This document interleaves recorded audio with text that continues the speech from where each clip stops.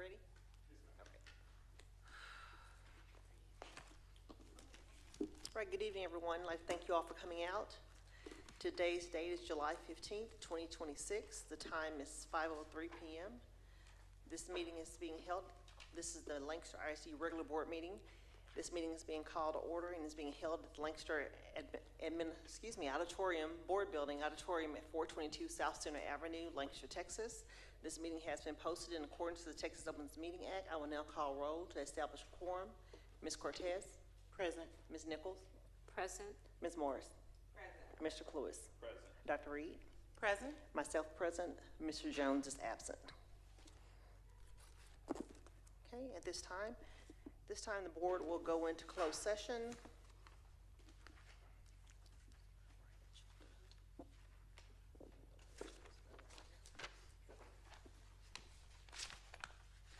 Excuse me, y'all, I'm not prepared. Okay, we'll go into closed session as authorized by the Texas Open Meetings Act, Texas Government Code, Chapter 551, Texas Government Code 551.071. Legal advice with school attorney, 551.072, deliberation regarding real property, 551.074, personnel matters, and 551.076, deliberation regarding security devices or security audits. 3.1, discussion of personnel updates. 3.2, discussion of Region 10 TASB pay study review. 3.3, discussion of employee handbook for 26-27 school year. 3.4, deliberate the duties, evaluation, responsibilities, employment, and dismissal of personnel of officers, Texas Government Code 551.074. 3.5, discussion of the amount to sell land. 3.6, presentation of the 2023-2026 Safety and Security Audit Report. 3.7, consult with district attorney on any subject matters authorized by law, including any matters listed on the meeting agenda notice, pending or contemplated litigation, and proposed settlements, Texas Government Code 551.071. 3.8, discussion concerning the roles and responsibilities and ethical provisions governing public officer conduct. 3.9, consider the report from counsel for all pending legal matters. The board will go into closed session. The time is 5:05 p.m.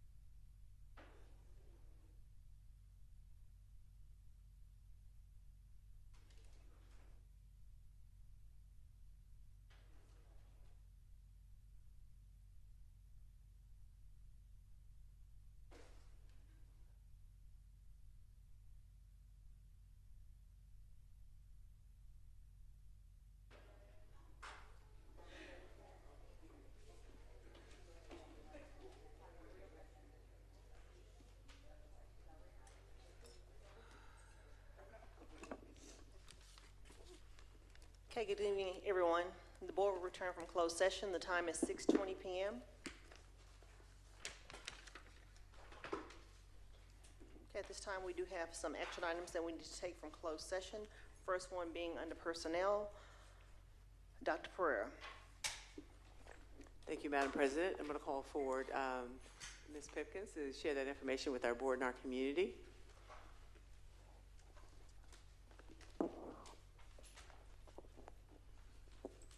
Good evening, Madam Board President, esteemed trustees, Superintendent Dr. Pereira. Tonight, we are very excited to present our recommendation for Chief of Communications, Marketing, and Community Engagement. With nearly 30 years of experience in Texas public education, Connie Wallace is an accomplished executive leader with expertise in strategic communications, community engagement, instructional leadership, government relations, and organizational leadership. Most recently, she served as Area Chief of Schools for Grand Prairie ISD after serving 4 years as Chief Communications Officer for Duncanville ISD, where she was a member of the Superintendent's Cabinet. During her tenure, she led district communications, branding, marketing, public information, legislative relations, and enrollment initiatives while successfully guiding the communication strategy for a $170 million bond election, leading a district-wide campus reconfiguration and rezoning effort, and expanding student recruitment and retention initiatives.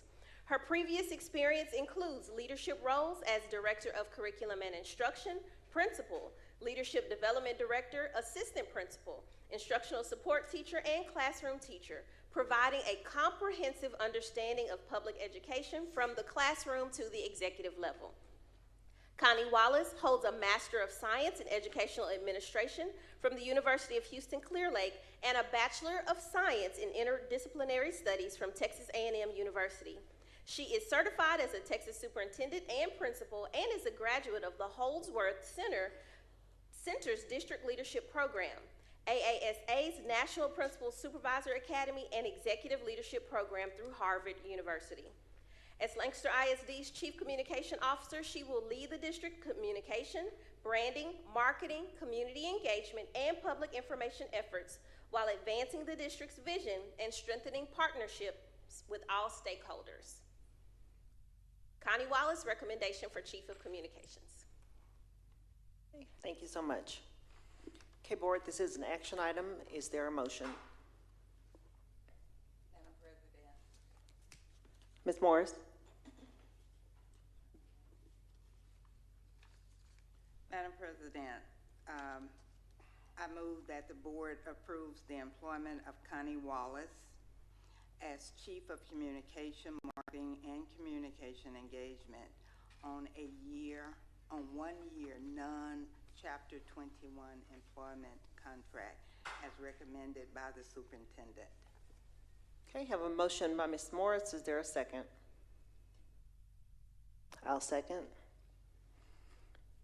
Okay, at this time we have a motion by Ms. Morris, a second by myself, Marion Hamilton, to move that the board approve the employment of Connie Wallace as Chief of Communications, Marketing, and Community Engagement on a 1-year non-Chapter 21 employment contract as recommended by the superintendent. If you will please vote from your devices.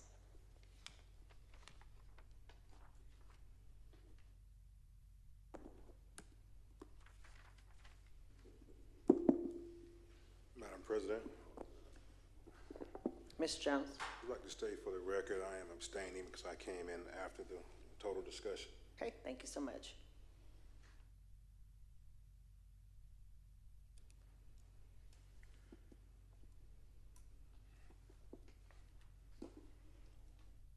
Trustee Cluis, whenever you're ready.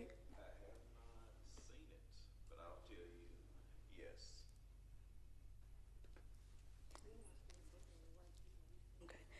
Madam President, on behalf of the Lancaster ISD Board of Trustees, for the employment of Connie Wallace as Chief of Communications, Marketing, and Community Engagement, motion carried unanimously. Okay, thank you so much. Okay, welcome, Ms. Wallace. If you'd like to come up and have a few words. Yes.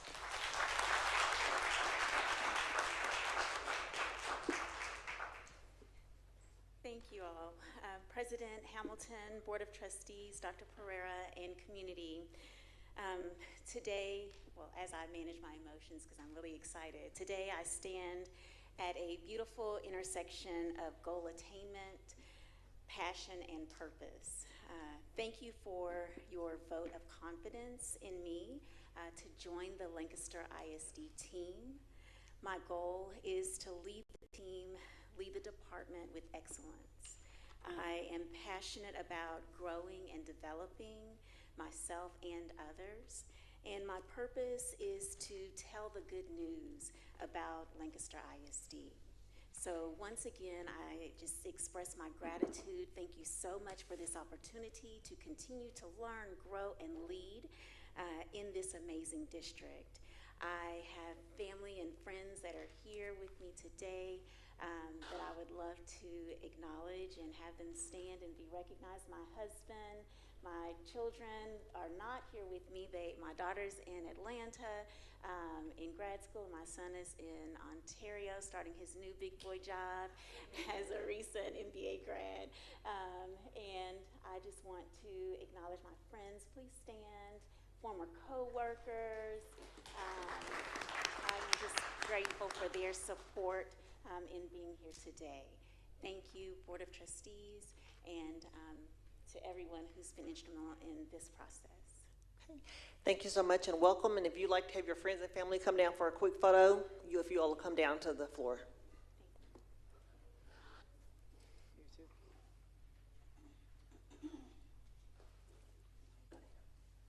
Okay, Board, if you'll also join Ms. Wallace on the floor.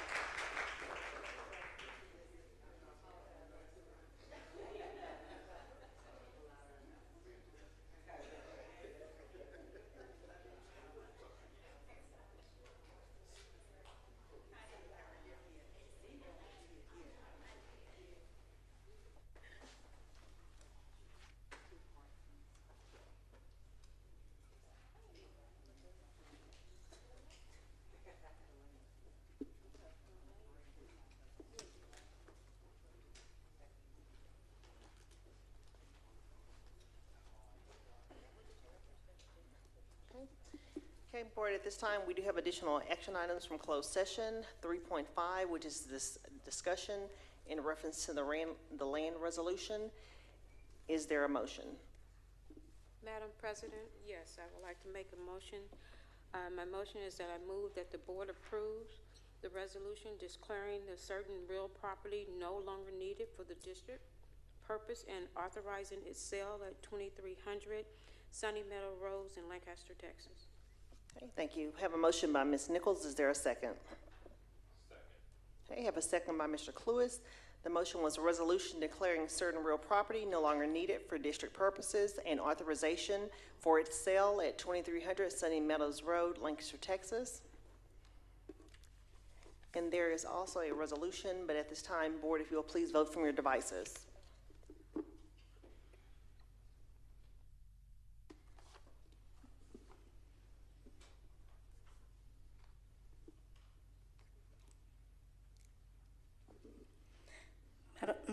Madam President, on behalf of the Lancaster ISD Board of Trustees, resolution declaring certain real property no longer needed for the district's purposes and authorizing its sale at 2300 Sunny Meadows Road, Lancaster, Texas. Motion carried unanimously. Okay, thank you, Ms. Allen. Okay, for the record, The resolution reads Lancaster Independent School District Board of Trustees, resolution declaring certain real property no longer needed for district purposes and authorizing its sale. Whereas the Board of Trustees of Lancaster Independent School District has determined that the real property located at 2300 Sunny Meadows Road, Lancaster, Texas 75134 is no longer needed for current or anticipated district purposes. And whereas the board finds that this is in the best interest of the district and its taxpayers to authorize the marketing and sale of the property in accordance with applicable Texas law and district policy. Whereas the board desires to ensure that the sale of the property is conducted in a transparent manner that promotes the district's best interests and seeks to obtain fair market value.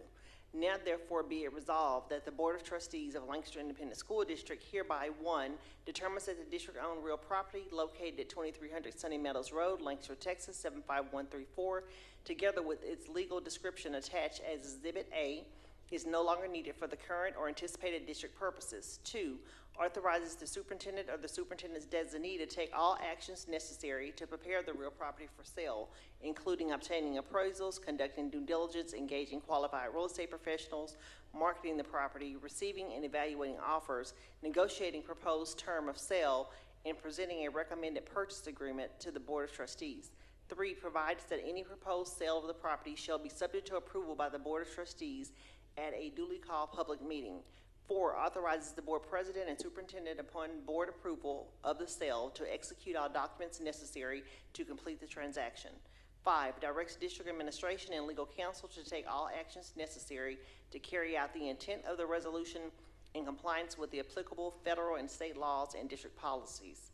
Passed and approved by the Board of Trustees of Lancaster Independent School District on this day, 16th day of July 2026. This will be signed by board president, board secretary, and attested by the superintendent. The exhibit attached is Exhibit A, legal description of real property. Pursuant to the resolution passed and approved by the Board of Trustees of the Lancaster Independent School District, the real property declared no longer needed for the district's purpose and authorized for the marketing and sale is described as follows. 1, property identification. Physical street address, 2300 Sunny Meadows Road, also referred as 2300 Sunny Meadows Road, Lancaster, Texas 75134. Jurisdiction, City of Lancaster, Dallas County, State of Texas. Current owner of record, Lancaster Independent School District, Dallas County Appraisal District, account number 6506-3431-5100-60000. Total land, approximate acres, 68 acres. Current zoning, Z35, commercial/unimproved land district. Number 2, formal legal description. All of the certain tract of the land comprising approximately 67.94 acres located in Dallas, Texas, identified by Dallas CAD account number 6506-343-151-00-60000, are being the same property conveyed to Lancaster Independent School District by deed of record in the deed records of Dallas County, Texas. Okay. Thank you all so much. At this time, we're going to move on to our citizens communications. Dr. Pereira. Oh, I'm sorry, we missed something. We'll go back to 3.3, which is discussion of the employee handbook for 26-27 school year. I don't think there's no action on this. I'm sorry, yeah, there's no action.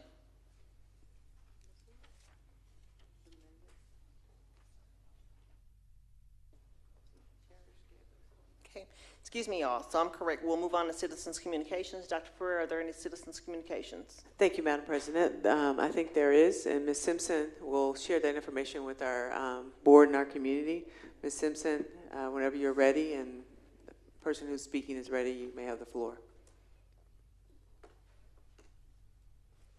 Board President, Board of Trustees, and Dr. Pereira, we do have one citizens communication, Jeffrey Postal.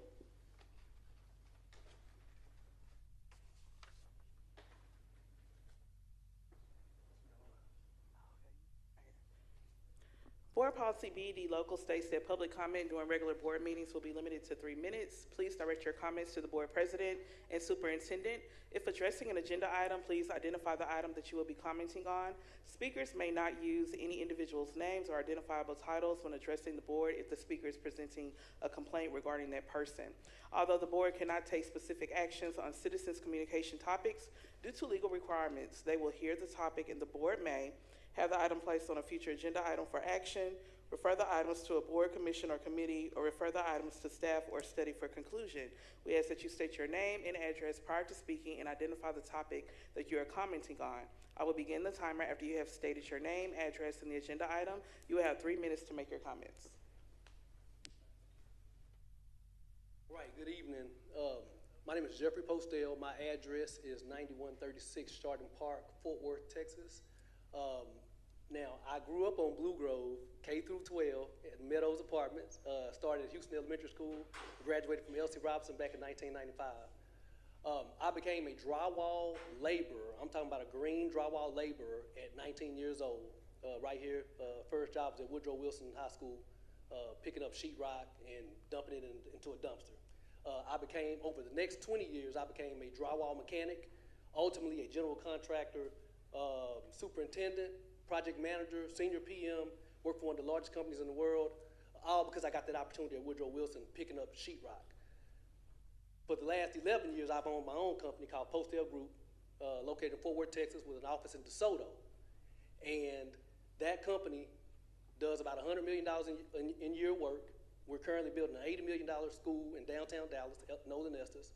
We're renovating the historic Lincoln High School, $45 million CMAR job as well. Mansfield ISD, $12 million CMAR. Fort Worth ISD currently $25 million CMAR at one of the middle schools there. And we did not get an invite for this particular CMAR, for this bond package. And I'm speaking about the bond package. There's not an item on the agenda today, but I'm speaking about that. That being said, what we need to remember as this bond package moves forward is that there are going to be a lot of folks working on because I'm WEBO, K through 12. Our schools will have a lot of people working on those jobs that don't look like a lot of people in this room.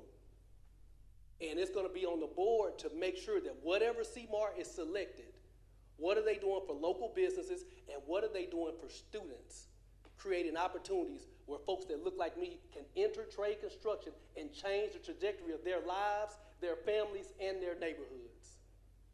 Now, in Crowley ISD right now, and tell me when I got 60 seconds. Okay, thank you.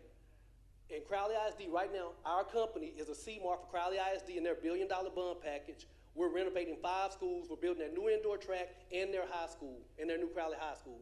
We have practicums where their CTE students are working on the jobs in Crowley ISD. We have a youth program right now in the summer that has Fort Worth ISD kids, White Settlement ISD kids, Arlington ISD kids, Mansfield ISD kids working on jobs in their districts right now, paid jobs, learning trade construction, so when they decide if they're going to swing a hammer after they graduate or go to Texas A&M or PV after they graduate, they have the opportunity to see what's in front of them. But again, it is on our school districts, and especially the school districts south of I-20, to select CMARs that will invest in your kids within that bond package, those multi-million. This $300 million needs to be more than just building schools. And yes, it needs to build schools safe, on time, within budget, and quality work. But we've got to do more than just build schools. Help your kids. All right, thank you so much. Board President, that concludes the citizen communication. Okay, at this time, we'll go to opening ceremonies.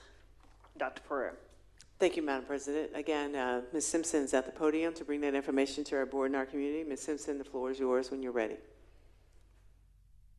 We will start with the opening ceremony, the Pledge of Allegiance. If you all would please stand, we'll do the U.S. and Texas pledges. Please place your right hand over your heart. I pledge allegiance to the flag of the United States of America and to the republic for which it stands, one nation, under God, indivisible, with liberty and justice for all. Now for the Texas pledge. Honor the Texas flag. I pledge allegiance to thee, Texas, one state, under God, one and indivisible.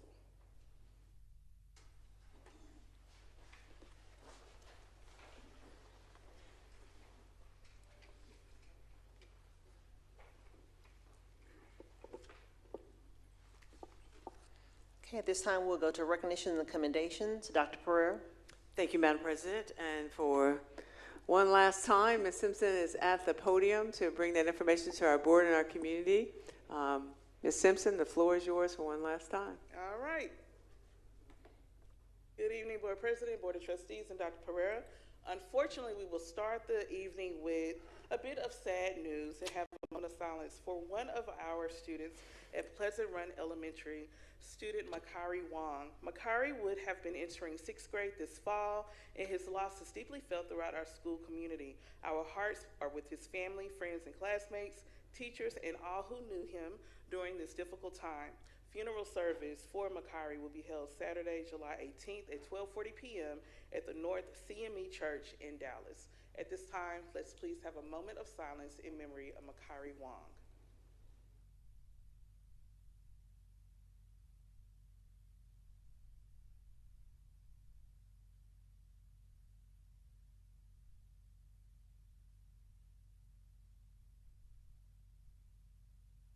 Thank you. And starting off with our board acknowledgements, last month, Lancaster ISD partnered with Student Success Agency for a live webinar highlighting the strategies, relationships, and student support systems that continue to drive student success. Superintendent Pereira and Dr. Marcus Jackson shared how intentional partnerships, 24/7 student support, and a culture of care are helping ensure student success has the opportunity to, all of our students have the opportunity to graduate. And a bit of celebratory news coming from our Lancaster ISD Police Department. Congratulations to Lancaster ISD Police Officer William on his graduation from the Institute for Law Enforcement Administration, 150th School of Police Supervision. The program emphasizes the critical importance of strong, ethical, and forward-thinking supervision with law enforcement. And for the first time in district history, Lancaster ISD has been named a Texas Art Education Association District of Distinction. This prestigious recognition celebrates our district's commitment to providing exceptional visual arts education and creating meaningful opportunities for students to grow through creativity, innovation, and artistic expression. Fewer than 11% of eligible Texas school districts earned this distinction, making this achievement a true testament to the dedication of our visual arts educators, students, campus leaders, and fine arts team. And board, this group will be in person during the August board meeting so you can see them and celebrate them, because this is a huge honor for our fine arts program and our students in Lancaster ISD.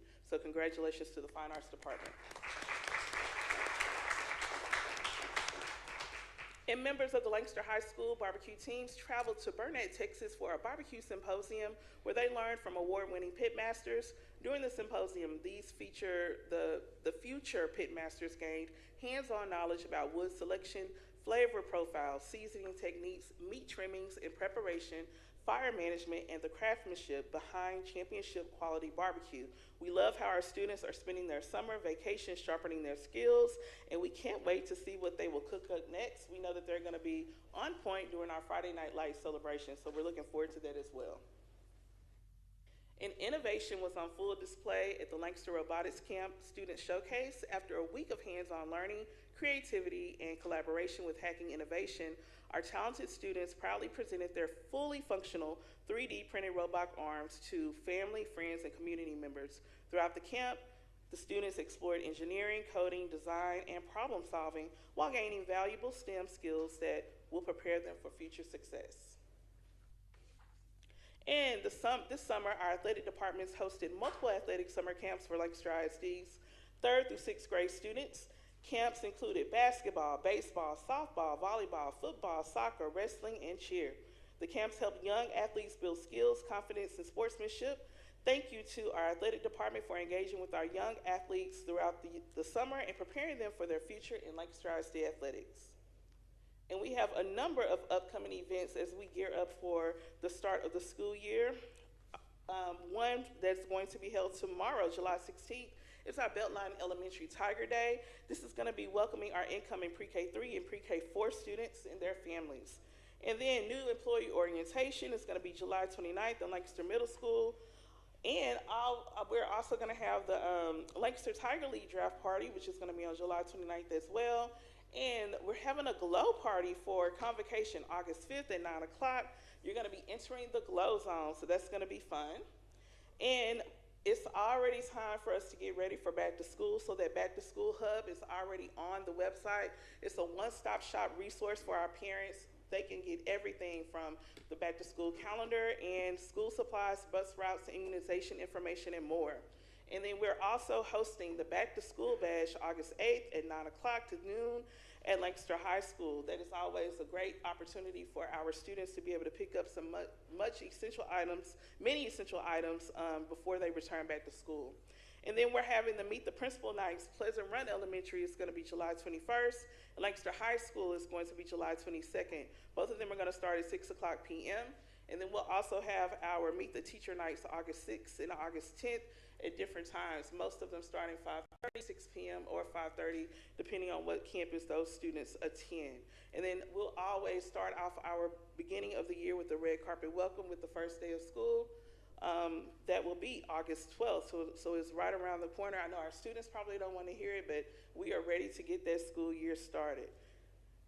And with that, board, it's been a good ride. I truly appreciate it. I said I wasn't going to cry, so I'm just going to say thank you. It's been a really, really emotional time because I love Lancaster. I grew up here. It was a dream for me to come back and serve as Chief of Communications.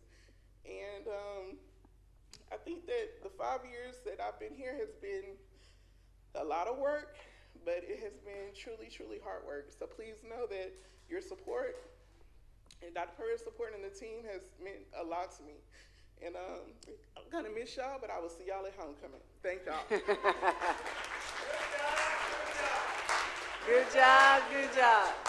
D-double-O-D-J-O-B, good job, good job. Board, will you please join us down on the floor because we do have a special presentation from Ms. Simpson. I know you did. Now you know better.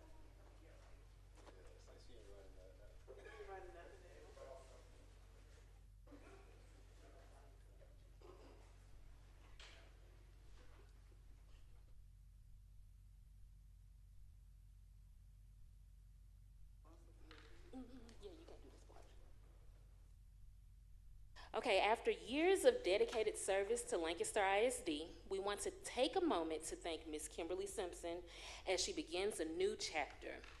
As our Chief of Communications and a proud Lancaster ISD alumna, Ms. Simpson has been a passionate advocate for our students, staff, and community. Her leadership, vision, and commitment to telling the stories of Lancaster ISD has strengthened our district's connection with families and showcased the excellence that is happening across Lancaster ISD. Thank you, Ms. Simpson, for your dedication to students, your servant leadership, and your commitment to Lancaster ISD as a whole. And remember, once a Tiger, always a Tiger.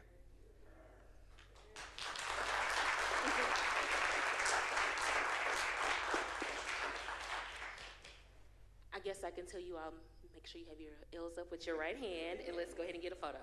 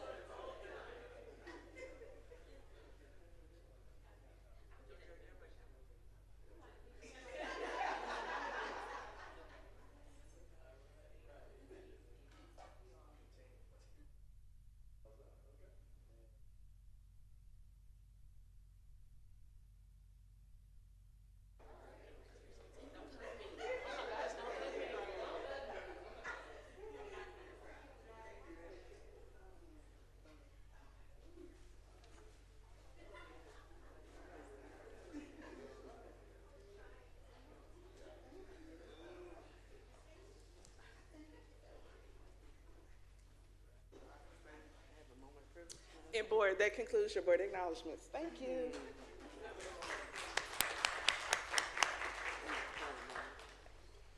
Dr. Pereira has some comments. Yes. Ms. Simpson, it truly has been a pleasure working with you, being new here 5 years ago, coming into this district, and having someone on my team that knew the district and could help me navigate that, I think was very critical for the success here. But I also want to say thank you for your commitment to this district and always keeping me on point, as well as the team, keeping my horns down when I wanted them to sprout up. I appreciate that because I definitely need that. Ms. Wallace, you got to watch out for these Cayenne Creole horns that'll pop up at any moment. But Ms. Simpson, honestly, you've been a true treasure to this district, and I think we're better because you were a part of the team, and I appreciate that very graciously. It's not mine. It's Kevin. It's Kevin. So, again, I want to say thank you on behalf of myself and the team and every student in this district that you taught how to throw the L's up. All right, I'd like to give the board members opportunity to have comments if they like for Ms. Simpson. Ms. Morris. Thank you, Madam President. If I may, this is kind of hard for me. I'm not going to cry though, because I know our lives have a journey, and you're just fulfilling your journey, and you can't stay one place and get your journey completed. But I will say I've been knowing you a long time. When you were a little girl, grew up with my daughter, and come to the district, taught in our district. When I say Lancaster has opportunity to grow, you are the proven person that can say that. All the way from elementary through high school, coming back, working in this district with several superintendents, but a superintendent one, Dr. Pereira, allowed you the opportunity to come and explore, experience, give, cry, laugh, and all of that took place in the last 5 years. I thank her for looking at you at that person and you willing to come back to the district you love and you grew up in, and people here loves you, and so don't ever forget that. You just a minute away down the road. Okay, we can get on the plane in 45 minutes to see you if we need to give you a hug. But I also want to just share with you, your journey is yet to start, and what you have done, you have brought a lot of new ideas, creation. And I guess if I keep on, I guess I will sit up here and cry, but I'm going to say, Kim, I'm not saying goodbye. I'm saying good luck, enjoy, be the person you are, because you are a true leader. As anybody that worked under you, you are a true leader that you will get to the highest of your heights. Thank you. Yeah, Madam President, I guess if I can share. Mr. Jones. Thank you. Kimberly VIP Simpson is what I call her. Definitely thank you for the service you've conducted here during this 5-year term and also prior to when you were here serving. It's definitely been a treat for me working alongside you when I worked in the district and also serving on the board. So wishing you the best as you go down and tackle a new journey and impact the lives of that Alvin ISD community. So say it loud. President? Ms. Nichols. Sure. I want to say thank you for your passion and desire to not forget Lancaster, the city of Lancaster, and to continue to, as you pushed on, for all of the students who graduated from Lancaster and was never ashamed to say that you were from Lancaster, and that means a lot, so don't ever forget that, and I wish you the best of luck. Madam President. Dr. Reed. Ms. Simpson, I just wanted to say thank you so much for all that you did to make my transition here seamless and smooth, very easy. You were very welcoming, and I just appreciate everything you did, and thank you for your service to Lancaster ISD. I wish you the best. Madam President, Ms. Cortez? just wanted to say, Ms. Simpson, you've been great just with being able to recognize things in parents, things in our students that you can see that maybe they don't see, and you push them forward. So I want to thank you for that. And we're talking about the leader you are, but I'm excited to hear about the leader you will become. So thank you for your service here in the district, in this city. Mr. Lewis? Ms. Simpson, of course, we go back before the district, and it was good to join you again. I wish you luck. Hate to see you go, but you have to do what you have to do. Thank you. Ms. Simpson, of course, this is a bittersweet moment, but I'd like to tell you thank you so much for everything you've done for this district as well as the city of Lancaster. You have definitely represented us well. You're definitely a product of what Lancaster ISD, what our students become. So for sure, it's always home. You're always a Tiger. Just wishing you the best in your new endeavors. You're welcome. Anything you want to say from your end? That's pretty much it. Okay. Okay, I don't want you to cry anymore. All right, thanks. All righty. Okay, at this time, we're down to our conservators report. Tonight, Dr. Francois is joining us online, but her report is not ready, so she will share this report in our next board meeting. So at this time, we'll move on to the superintendent's report. Teaching and Learning 9.1, WeBo Clinic update, Dr. Pereira. Thank you, Madam President. I'm going to call forward Dr. Jackson to the front to share that information with our board and our community. Dr. Jackson, are you moving the renderings up here? Do you need time for that? I'm sorry? The renderings. Yeah. Give me 1 second.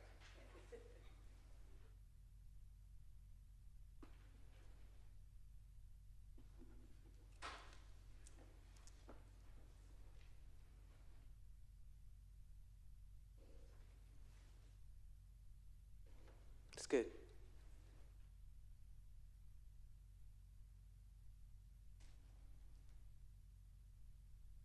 Greetings, Madam Chair, distinguished board members, Superintendent Dr. Pereira.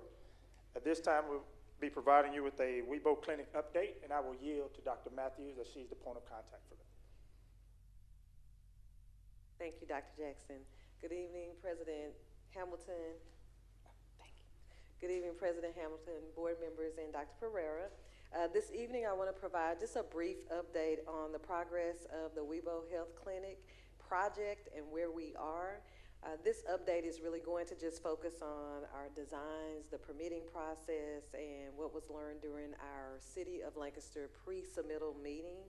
And then we'll also talk just so briefly about the next steps with the project and how to move it towards bidding. So again, the purpose of the WeBo Health Clinic is simply to provide our students with an opportunity to receive services in physical health as well as in mental health. So we will be renovating an existing district building into a student and family support clinic. The building is approximately 3,395 square feet. We will have 5 exam rooms, 3 therapy rooms. It will service our LISD families, and ultimately we'll transition into servicing our community as well. The building that we are referring to is the old former child nutrition building, which is across from GWC. The current design and permitting status, so this presentation was created back in June, and we're actually further along now. We were at 65% of the construction documents were completed, but now we are at 90% of the construction documents being completed for the city review and permit pathway. In just a moment, I'll ask for Dr. Kimbrough to come up to give you an update. We met with the city today, again, with our pre-submittal piece, and he has additional information and updates, and so I'll ask him to come up and share that with you about our next steps as far as the plat. But the city is working with us to get the permitting, and so working along with and not waiting until we're 100% complete in order to submit those and receive permission to move forward. So what we did find out was that there was a plat that needed to be presented to the city for identification of the land that we're utilizing. It was to be presented back in 2017 at that original bond that we did. And so if Dr. Kimbrough if you'll give me a moment to allow him to come up and just give you an update on where we are with the plat coordination. Good evening, President Hamilton, distinguished Board of Trustees. We did meet with the city today. One thing that we did find out, the middle school, GWC, and the child nutrition where we're trying to put the clinic, that is one property. What happened back in 2027, we started on the middle school. The contractor, 2017. I'm trying to jump in the future, right? 2017, that, there was architects, they contracted it out to submit a plat to make that one property, a final plat. I guess COVID came and they finished construction, so they never went back to the city to get it finalized. So when we went to get permits for the preliminary plat, the city pulled it. And I will bring some more things to the board in closed session because there's some steps we have to go through now with the city, and I will discuss those, but I can tell you it has to do with utility easement rights with the city. There's a main sewer line and a main water line that runs on that property. So there will be steps before the city will issue us a final plat, and we'll be able to go, they'll give us permits. They will not issue those permits without that final plat.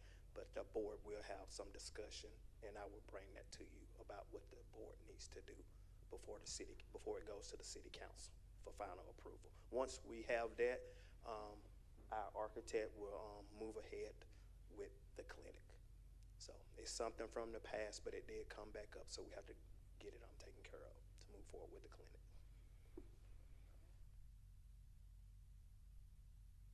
All right, so in terms of next steps, as you heard from Dr. Kimbrough, so he'll come back to the board to discuss the issue with the plat and what needs to happen before that will allow us to move forward. We'll then bring that to you. You guys will either give us your approval, then we'll have to take that to the city. The city will take that to their city council. The city council will give us the approval. Then we would be able to go out for bids. So, but in the in-between time, we're still able to work forward with our architect and also with our partners. So I'd like to just take just a moment of leeway here. We've invited all of our partners here tonight, and I wanted them to be here to stand so we can recognize not only are we providing a health clinic for our students, but we'll also be providing mental health. And so we do have our architect that's working with us on it, and the drawings that you see and the floor plans that you see there was done by IDG Architects. So if Mr. McMillan and IDG, if they'll stand. Oh, I'm sorry. Oh, they can't see because they're in front of them. Okay. And so, well, do you want me to just have it?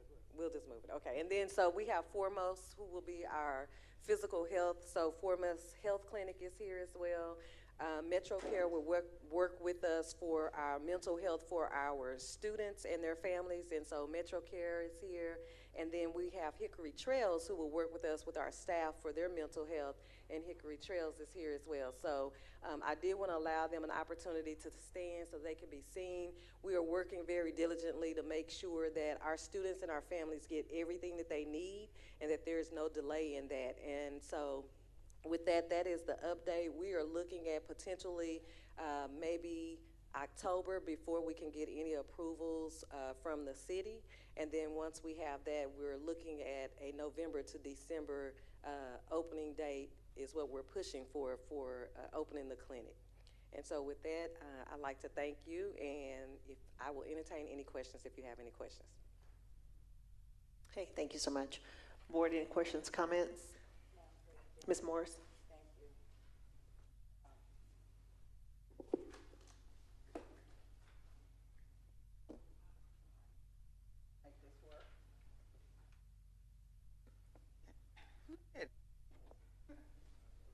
You got a special touch there. So I just want to tell you all that I very much appreciate your collaboration and your building relationship with these outside facilities, especially where it comes to mental health.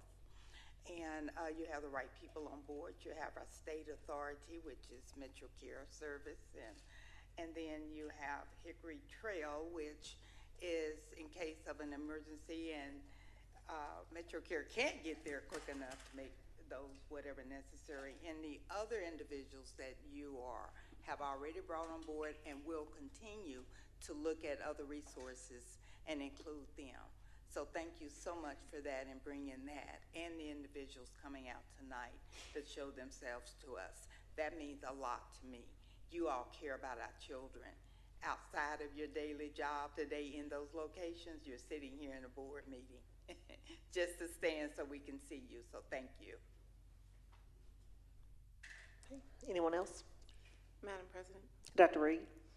the coordinator position that's tied to the CPG grant, can you tell me what the CPG grant requires of us? What the requirements are? So CPG is the Community Partners Grant that we received from TEA.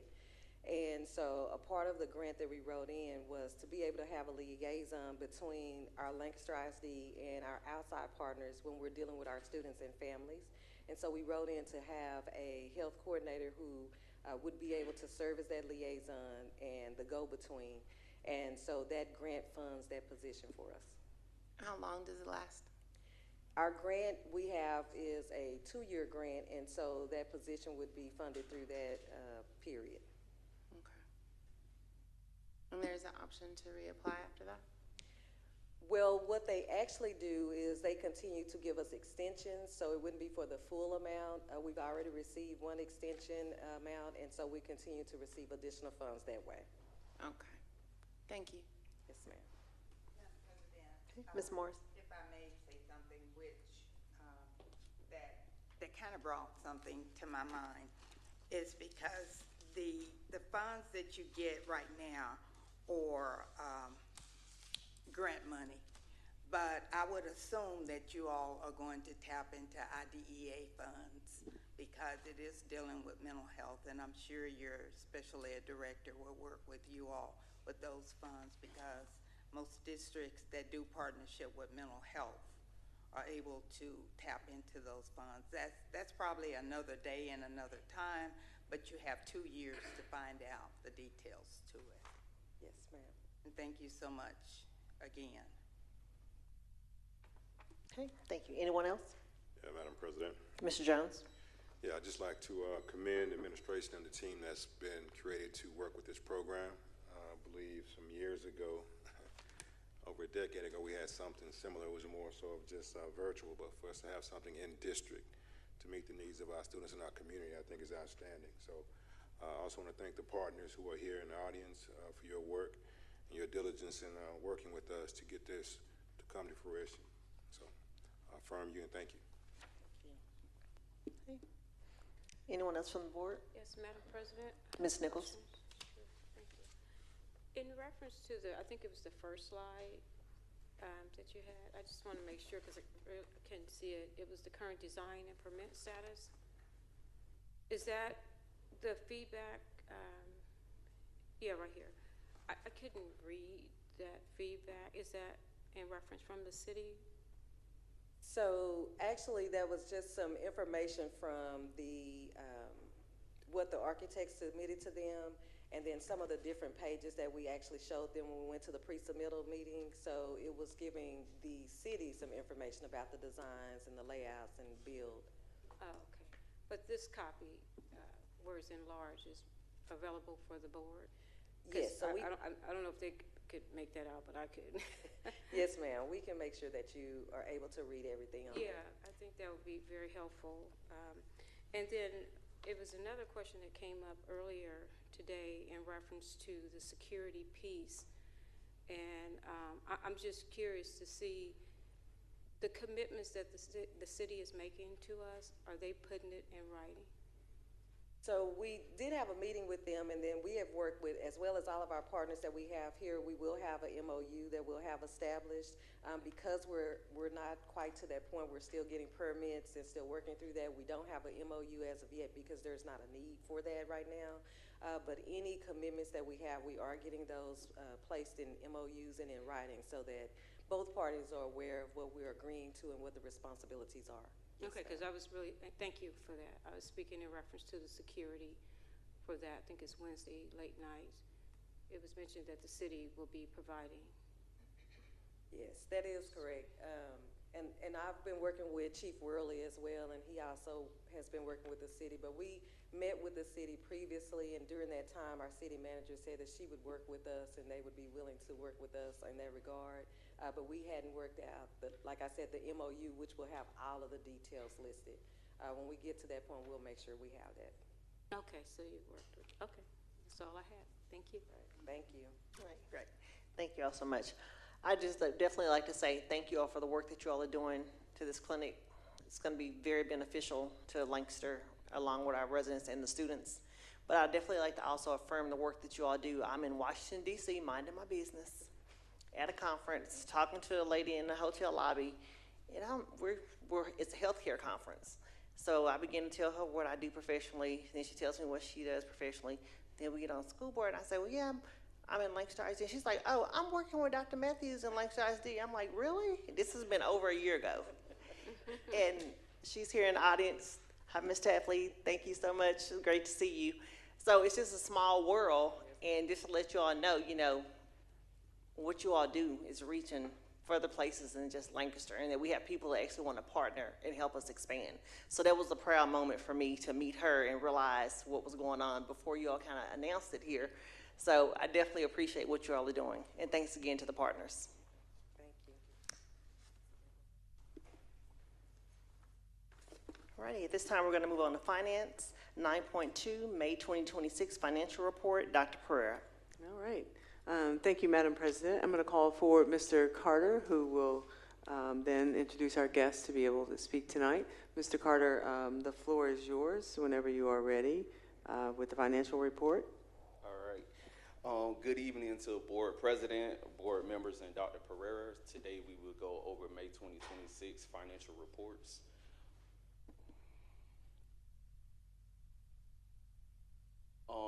We'll start off with our tax collections. So the district has a net payment of $322,354 regarding protests. And then for our P&L, the district has $76,145,560, and this includes our tax collections, state revenue, and any federal programs. As the expenditures is $70,257,345. And then we have our top 10 sources of revenue, which is, as stated earlier, the tax current levy, our state foundation, and TRS on behalf. And then the top expenditures, which is instructions and maintenance and operations. Next, we have food service, which is our child nutrition. So the district had a deficit budget due to excessive funds. The district has a spend down plan and upgrades to cafeteria equipments. So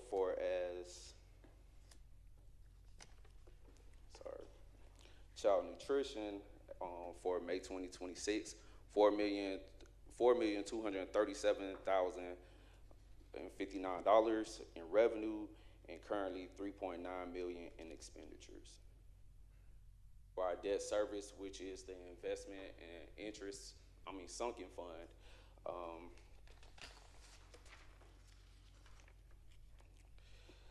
the district has $27,467,451 and $21,356,141 in expenditures. And then next we have our investment portfolio reconciliation. So the district has two district pools, Lone Star and Tex Pool. In the month of May 2026, the portfolio made $181,000 between debt service, general fund, capital projects, and child nutrition. That concludes May 2026 financial reports. Anyone have any questions? Okay, thank you so much. Any questions from the board? Ms. Morris? Thank you, ma'am. Just a quick question on the exemption or, you may not have it now for this question, but I'm gonna go ahead and ask the number of individuals that, 65 and older or veterans that have accepted the non-exemption for school taxes. Okay. If you would get it to the president, or I just kind of like to look at that to see have that rise, or if there has been any of that, because it's the application process, or is there an application, could it will affect our taxes? Okay, I'll work on that and send it to the board president. All right, thank you. No problem. Okay, anyone else? Okay, thank you so much. Okay, we'll move on to 9.3, discussion of the preliminary financial plan for the sale of the Series 2026. Dr. Pereira. Thank you, Madam President. I'm going to call for Mr. McLaughlin and Mrs. Long as the presenters to share information about our preliminary plans for bond sale. And the podium is yours whenever you are ready. Wonderful. Thank you so much, and good evening, Madam President, members of the board, Dr. Pereira. Thank you for having us out this evening. We're excited to talk about the district's plans for the initial bond sale from the 2026 bond program. First, we want to say congratulations. This is, a huge undertaking, time and commitment, and the results from the passage of your bond program really indicate, the community's support. So we know how much time and effort go into it, and a huge congratulations to you and your community. We always like to start by talking about how the district and the board has prudently managed your financial portfolio up until now. And over the past 20 years, you've actually saved over $62 million through bond refunding and prepayments, and over $30 million of that has been over the last 5 years. So congratulations on that.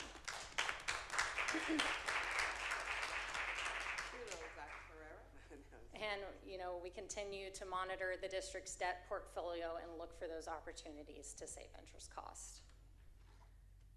Next, we look at your history of your tax rates. So as you know, you have two separate components to your tax rate, your M&O tax rate that pays for things like teacher salaries, and then you have your INS tax rate that pays for your debt service, and that's primarily what we're here to talk to you about tonight. However, we wanted to point out that over the past 5 years, the district has actually lowered its tax rate by 27.5 cents. So sometimes we forget that, we have actually lowered the tax rate and saved taxpayers money. The district's existing debt portfolio is currently amortized over a 20-year period. The district has a little over $116 million of debt outstanding as of today, and maintains independent bond ratings from Moody's and S&P of A1 and A. Now remember, whenever we sell bonds, we apply to the state to receive the permanent school fund guarantee, which allows us that AAA bond rating whenever we go out and sell debt. So we always take advantage of that as well. We talked about refunding programs and how the district has completed those in the past. And here in this chart, we look at the district's outstanding bonds, and you can see the Series 2017 bonds from that bond program are coming up for to be called at the beginning of 2027. So that's going to put us in an opportunity to come back to the board later this year and potentially move forward with a refunding program to refund those existing bonds at a lower interest rate. So those become callable February 2027, which means pursuant to federal tax law, we're going to be able to refund those as early as October, November timeframe. Right now, based upon current interest rates, that opportunity saves you a little over $4.8 million. So we'll see what rates do between now and then, but you'll hopefully see us again in the September timeframe, where we're going to talk about saving the district more money and future interest costs.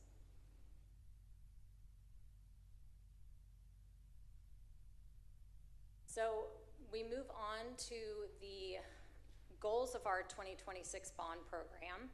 First and foremost, we always want to meet or exceed what we told voters at the time of the bond program. We think that's extremely important to maintain the community's confidence, and so that is our number one goal. We told voters we would not increase the tax rate with this bond program, and so that is what we set out to do and promise to voters that we will do that. And other goals of our financing plan here, we want to make sure that we don't over leverage the district, that we maintain some bond capacity going forward. We're going to repay bonds within a 30-year period. We're going to always try to maximize assistance, state assistance and funding from the state. We're going to amortize bonds over their useful lives. So that means we're not going to prepay laptops over a 30-year period. We're going to maintain flexibility in order to potentially refund bonds in the future at a lower interest rates. And we're of course going to comply with all the state laws within the 50-cent debt limitations of the state, as well as minimize the use of those higher cost capital appreciation bonds. So for this upcoming sale, in consultation with the district's administration, we identified kind of the phase 1 of projects that we intend to move forward with. So you can see here that that is $267,265,000 of bonds that we plan to issue in August of this year, and that will cover the projects that are outlined on this slide. Primarily, the most notable project included here is that CTE building. It's about $205 million. So after the issuance of these bonds, the districts will still have about $108 million remaining to sell. This plan assumes that we're going to sell the remainder of that this time next summer. However, that's all going to depend on how the district's tax values grow in the future. So we want to make sure that the district can meet those expectations that you told voters we weren't going to increase the tax rate. And so the timing of future sales is going to depend on the growth of the district's value going forward. So of course we've assumed that we're going to issue these bonds at no tax rate increase. For the 2026 bonds, we're selling those at current market rates plus 25 basis points to keep a little conservatism in there. For the 2027 bonds, we've assumed a 5% interest rates.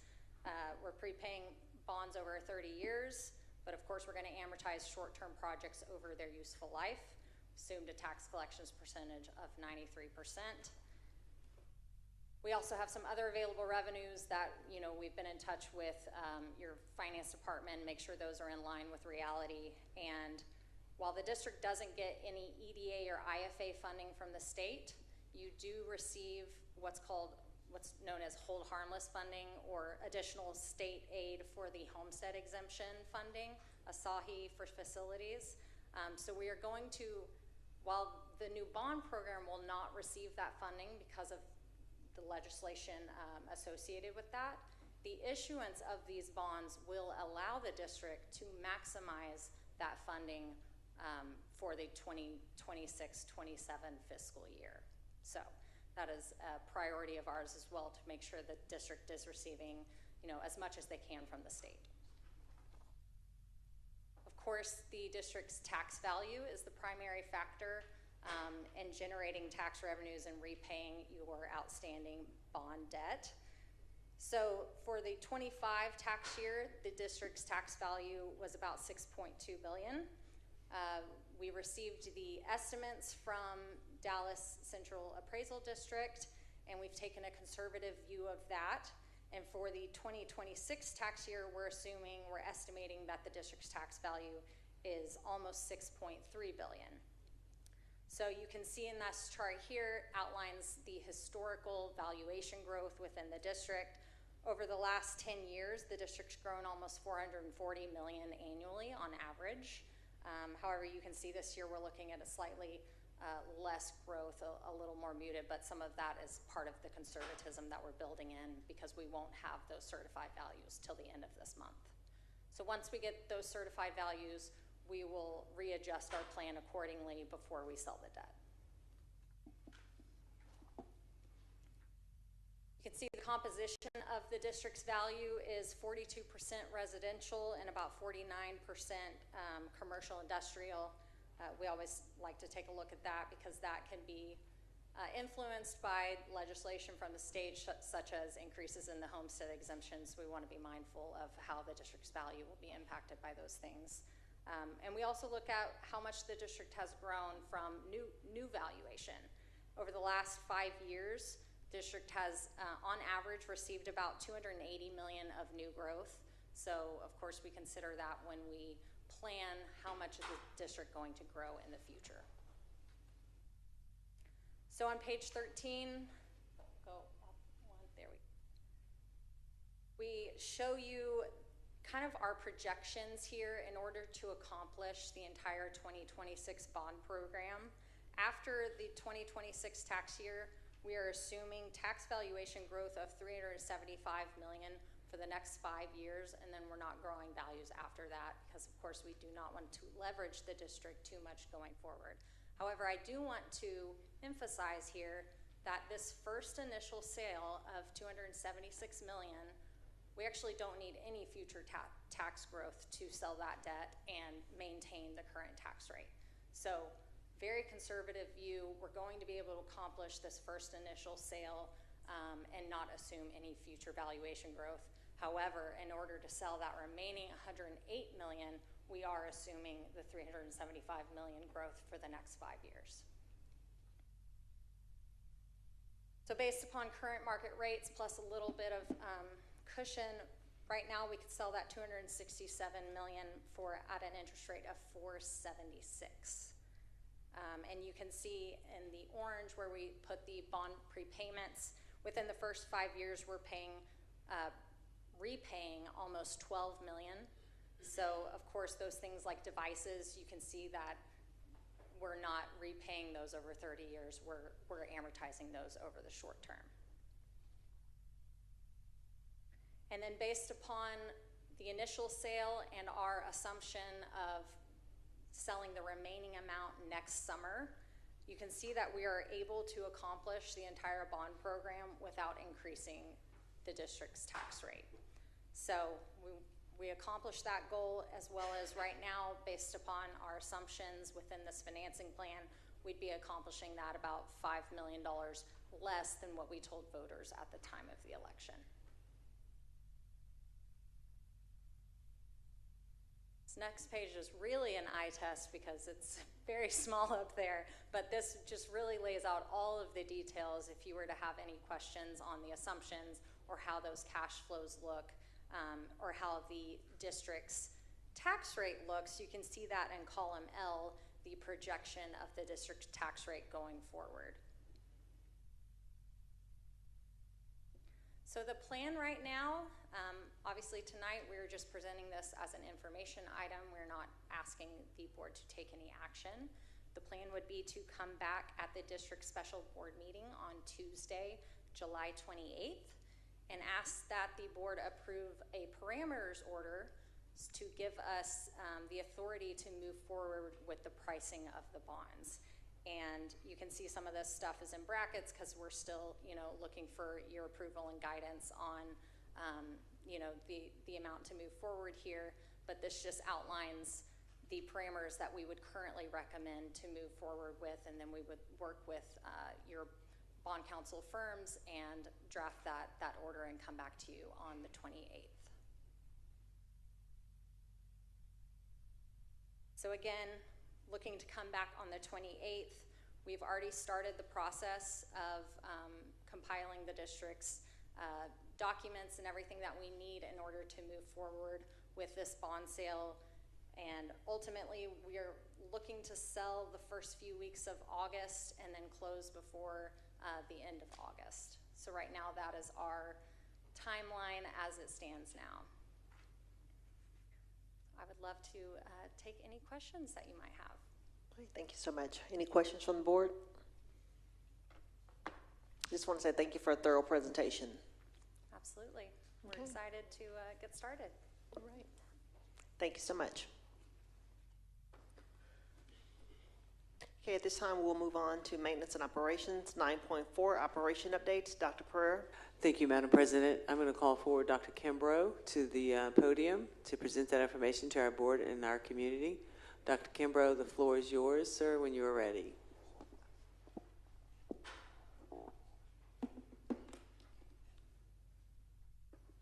No problem.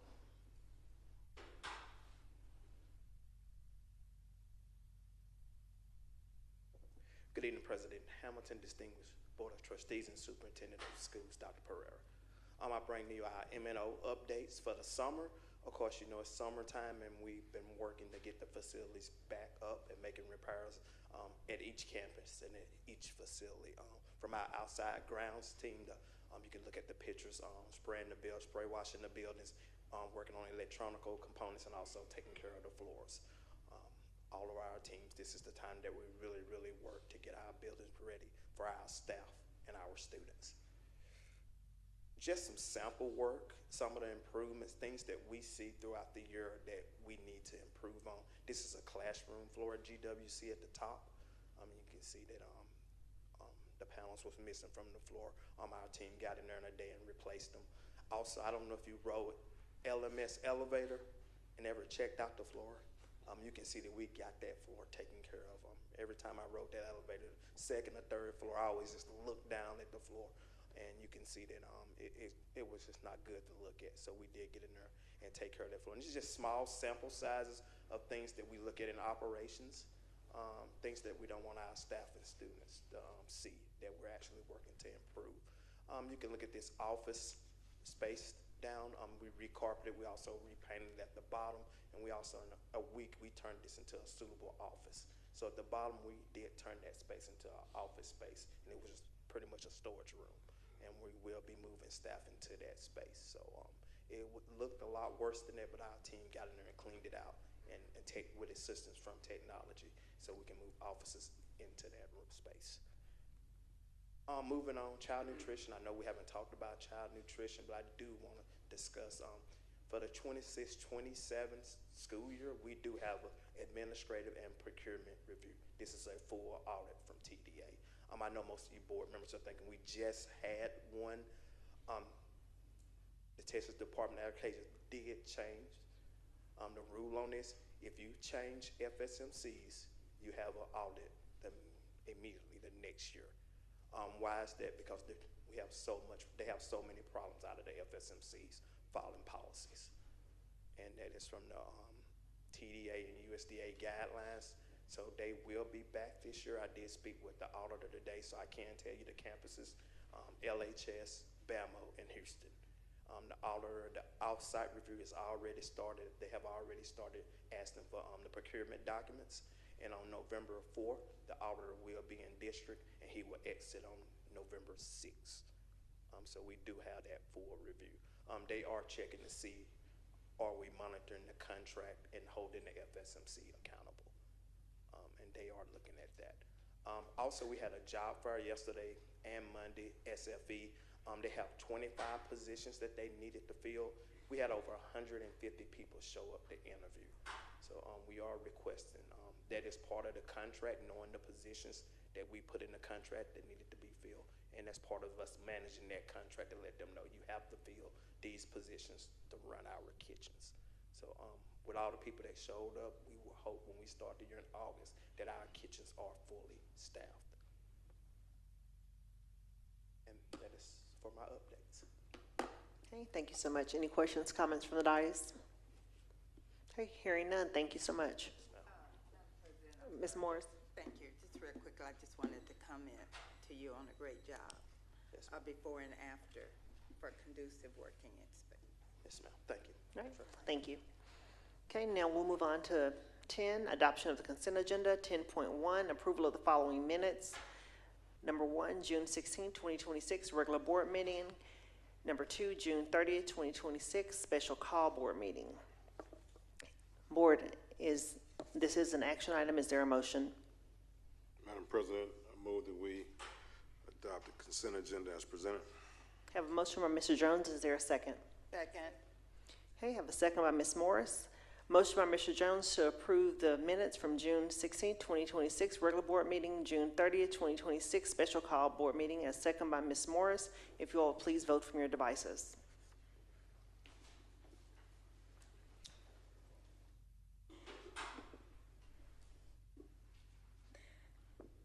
Thank you, Madam President. On behalf of the Lancaster ISD Board of Trustees, motion carried unanimously. Okay, thank you so much. At this time, we'll move on to our action items. Teaching and Learning, 11.1, discussion and possible approval of the Lady Tiger Flag Football Program. Dr. Pereira.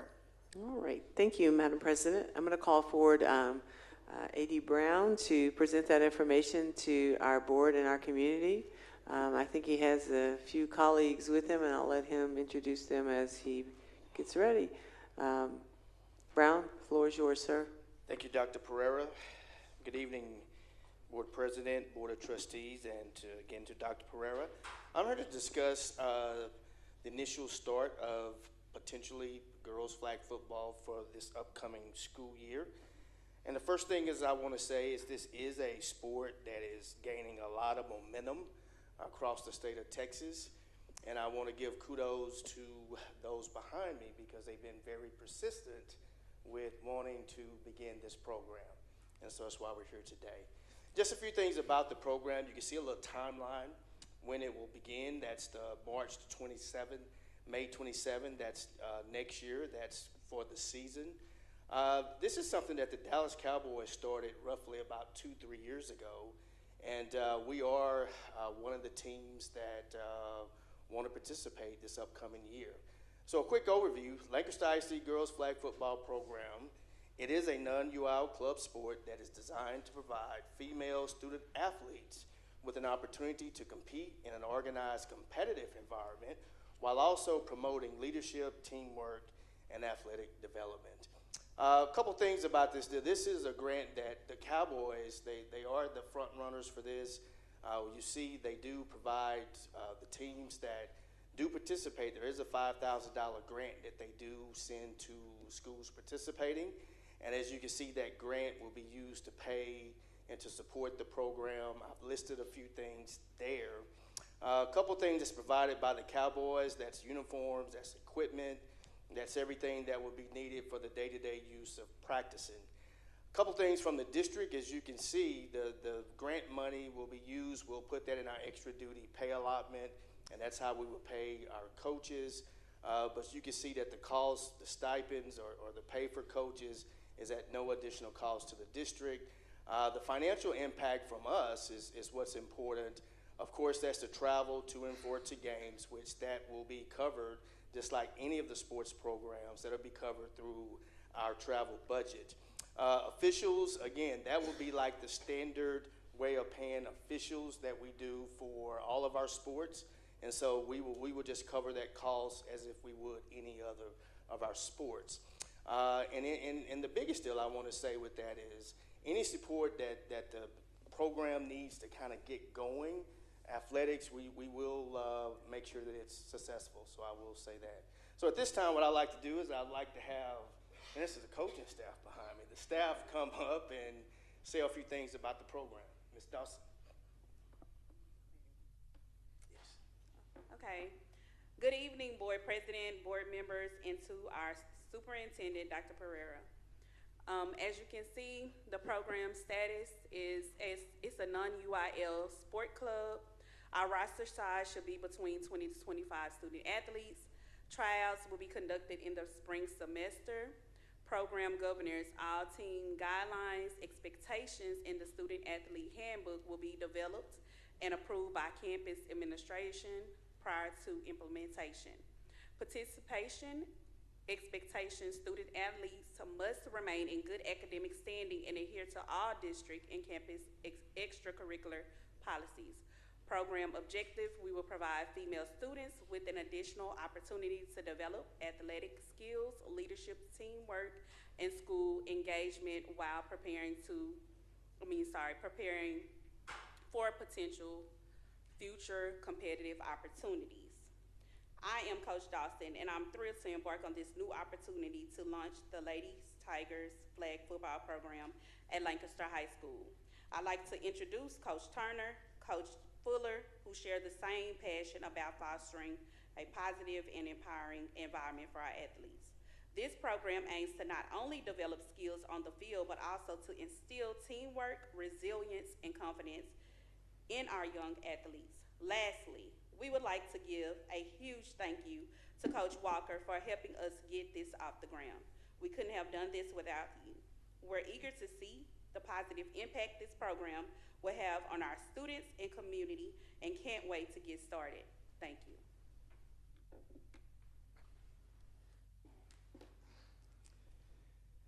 And at this time, we will just open it up for any questions. Great. Thank you so much. Any questions from the board? Madam President, Ms. Morris? thank you very much, ma'am. I would just like to say thank you. I like to say thank you. I always have to give the head, Dr. Pereira, because the opportunity is there and available for the coach and athletic department to do these things, to bring our children. Everything is different. I often wonder why girls didn't play football. It's because they couldn't take those hard hits. So flag make a difference. It makes a big difference why that.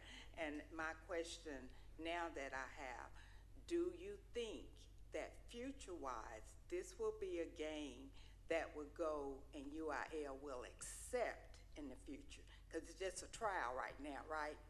Because can't no girls get hurt out there on that field. Absolutely. It was at the AD's meeting in this past in June. It was up for discussion. I would say in the next 2 years that it will be a sport that the UIL will, they'll have no choice but to adopt because it's growing pretty strong. Great, great. Thank you. Madam President. All right, all right. I think that's Madam awesome. President. Thank you. Ms. Cortez? I had a question about when will this sport run? Will it run with the regular football season, or is it separate on its own season, spring? When will the girls' season run? Our season begins in March, so it'll run from March to May, so it will not interfere with the regular football season. Madam President? Dr. Reed? I was concerned about, it seems kind of like similar, because it is a non-UIL sport club, that it was similar to that of 7-on-7 tournaments, and spending money for transportation and the association with insurance and costs to the district, and what the implications were, because it is a non-UIL sport. And so I'm curious as to why, like, wouldn't it be better if we weren't if we weren't providing transportation? That's a good question. It seems dangerous to Yeah, me. Like, absolutely. you understand what I'm saying? Absolutely. It looks the way it looks. Well, it's something that it's a non-UIL sport. It's very similar to girls and boys powerlifting. That is also a non-UIL sport, but it can be also supported by the athletic department, or it could be supported by Lancaster ISD. It can do that. So what this does, it ensures the safety of our kids to get to and from games. For example, you have teams. I know DeSoto, Duncanville, they have teams. So you're looking at travel to a game in Duncanville, or Duncanville coming to Lancaster to play. So the cost of travel is minimal over a 6-game period. Okay. And so there's no potential for somebody to come for us for like providing those funds? No, ma'am. No, they would not. We can support. What we mean by non-UIL, it doesn't fall under the same guidelines of grade checks, things of that nature. But it could be supported by the athletic department or by the district as well. Okay. Madam President, may I chime in? Actually, I'm going to yield some of my time to our attorney, who wants to share some information for you regarding that, because again, we have some obligations, but not as you may think. Okay. So Kevin, if you'll chime in on that, and then I want to say something about the And then each level. I had one more question also. It's legally permissible to provide support, including transportation, for approved student extracurricular activities, whether they're in UIL or not. Okay. This, just like the art group or something, that as long as you approve the activity, as an extracurricular activity for your students, it's permissible to spend money on it. Yeah, and similar to like a field trip. And also, I do believe too, it will be UIL. Actually, several of the universities around here already have girls flag football teams. So now you're looking at scholarship opportunities for our kids as well. And so I know UTA, for one, has a program, because I've met a couple of those young ladies not long ago who are flag football players like they said they play football, and I was like, wait, soccer? No, it's flag football, actually. Oh, I don't doubt the benefits of it. I just want to make sure. I mean, we that are in Texas, right? No, I think it's a great program. I just want to make sure we're doing it the right way. That's all. And then because it's non-UIL, are girls, is it possible that they would participate in any other sport at the same time? I was wondering about that. That's an excellent question. One of the things that I've been very adamant about to the staff here is we're not going to pull from our current athletes that are playing sports. They would say currently right now, the list of girls athletes that want to play flag football is 60. So there's 60 girls in the building that don't play anything that have expressed an interest in participating in the sport. And as far as, I did look at the site because I was just kind of curious as to what the Dallas Cowboys require. I know that we are requiring our students to be in good academic standing, but there doesn't seem to be that kind of a requirement across the board. Does there seem to be any angst about that with the other coaches or anything like that? Are we?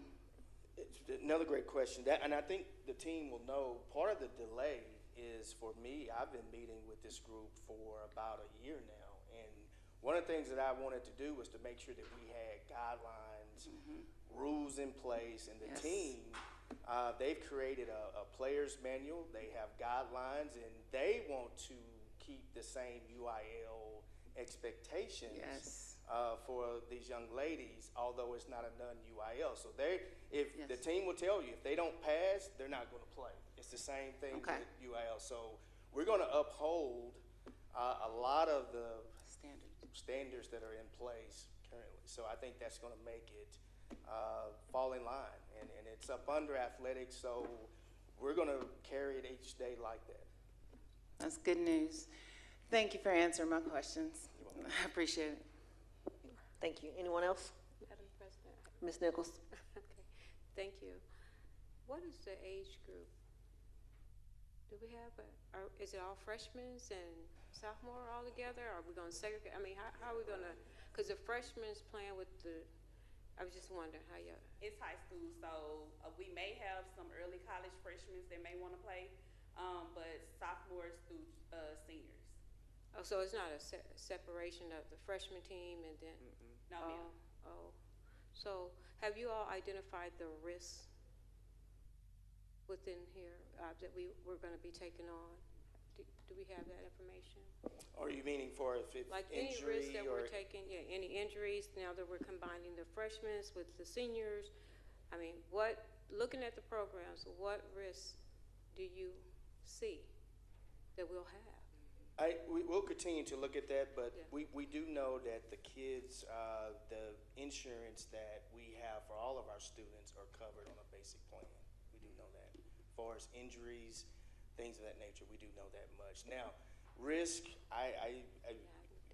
if you let me know more kind of questions there, I can answer that. Types of risk. I mean, if we're talking about just the classmen, group, they will be playing together, right?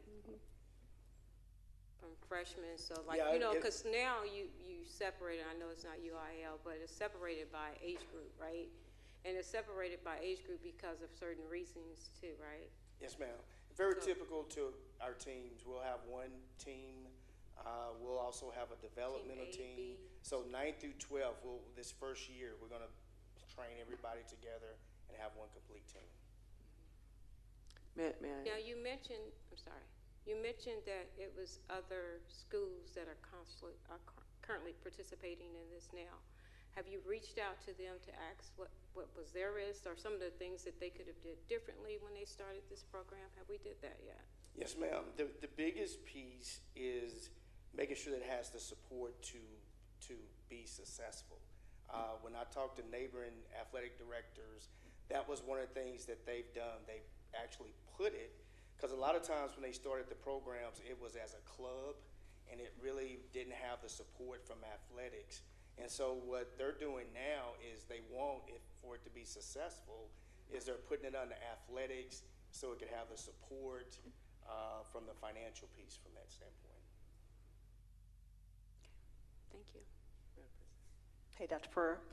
Just on last class, I just wanted to address about the age, in that we have freshmen. I think those days we used to have a freshman team, a JV team, and a varsity team. But with these athletes today, there's no separation of that matter. It's really based on ability rather than age, if you will. I mean, our starting safety on our football team is a rising a junior. He started on varsity since he was a freshman. He's the number one. He's number one in the nation. So today is more so based on ability, more so than just age. These kids are super athletes these days, and they participate in all kinds of things at different age groups. But naturally, yes, older kids do have somewhat of an advantage because they're bigger and faster. But I'd beg to differ on on all of our actually premier teams, including our girls track. We have freshmen that ran varsity, and basketball as well. So football is one I use because that's the most engaging physical sport. Although I would argue basketball to be the same. But nonetheless, we do have, and then actually Coach here, who's one of our trainers, I know he understands the training our athletes and making sure that they're ready. So. Thank you for that, Dr. Pereira. I think my concern is that this is a new sport for girls. That is the issue, and looking at the different age group. That's the risk and that's the concern that I had as it relates to the age groups being combined. This is something new to the world, right? So what do we do here when we're trying to introduce that to make sure that our freshmen are protected and get that development opportunity? And that's why I asked, are you going to have A, B, C teams? Because I think that's what they normally do when the freshmen are 8th grade campus, they have those different teams. So that's what I'm referencing. Yes, ma'am. Our participation numbers are good, and from a training perspective, we would treat this particular sport like we do all of our sports. So we'll make sure that the skill level that they're with like groups, and we'll make sure that as they develop and go, that they'll be taken care of. Thank you. Anyone else? Madam President. Ms. Cortez? In that same vein, you mentioned about a couple of the other schools close by that have already started this program. Have they already began to play? Have they already had a season? Can you share some of the, I guess, takeaways that maybe you have heard about from those schools that were either successes or things that they would like to improve on? Can you share any of that? Yes, ma'am. The biggest thing that I think is key is we talked about 60 young ladies that are walking our halls, not participating or doing anything. So it's a sport that's reaching individuals that hadn't even thought about a certain skill level like football. So ADs across the Metroplex is just taking the state by, it's really by storm, because there is a big interest in this sport. The other thing that's really driving it to making it even bigger support, it does have the support from professional teams and from colleges. We've seen now that there are a lot of young ladies that are getting scholarships. The last thing we know, Duncanville, there were 2 young ladies that received full scholarships this past year. DeSoto had a young lady that received a full scholarships, and this program is just getting going. And so the opportunities to be successful are endless. And I think the biggest thing that we want to do is just make sure our program has the support and that we give it everything it needs to be successful so it can mainstay. Yes, Ms. Simpson said it's going to be an Olympic sport here as well here pretty soon. So just preparing, we're just really giving more opportunities for our kids, which I think is Anything tremendous. that you're aware of that, again, some of these school districts that were starting these programs would have changed, would have done differently? Any feedback in that area? Yeah, the one thing that stood out was just games and making sure that we have the support, meaning from like games. We're going to treat this just like a regular athletic event. And so when it's a game, we're going to make sure that we treat it just like a baseball game, soccer game, football game. We'll make sure we have security there. We'll make sure we have the right administrative staff on hand, just to make sure that we give it the support to be successful. And so when they come to a game, it'll feel like a game day atmosphere. That's good. Thank you. Okay. All right, thank you so much. Anyone else? Okay, thank you all so much. Okay, board, this is an action item. Is there a motion? Madam President, Dr. Reed.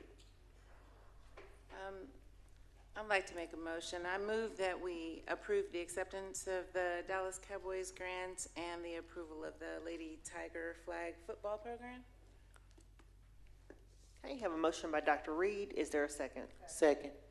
Okay. I heard two directions. I heard Ms. Morris. Okay, have a motion by Dr. Reed, a second by Ms. Morris to approve the approval of the Lady Tiger flag football program with the sponsored grant from the Dallas Cowboys. If you all will please vote from your devices.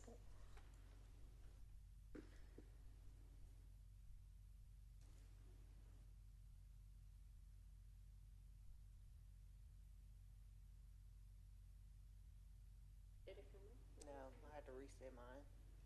It's been too long. I had to do the back arrow at the top. Yeah, I did that. Several times.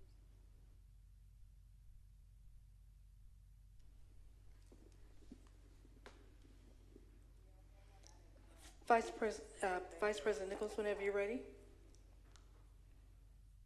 I voted. No, Vice President Nichols, whenever she's ready. It's been a long time. And go back to the previous, yeah.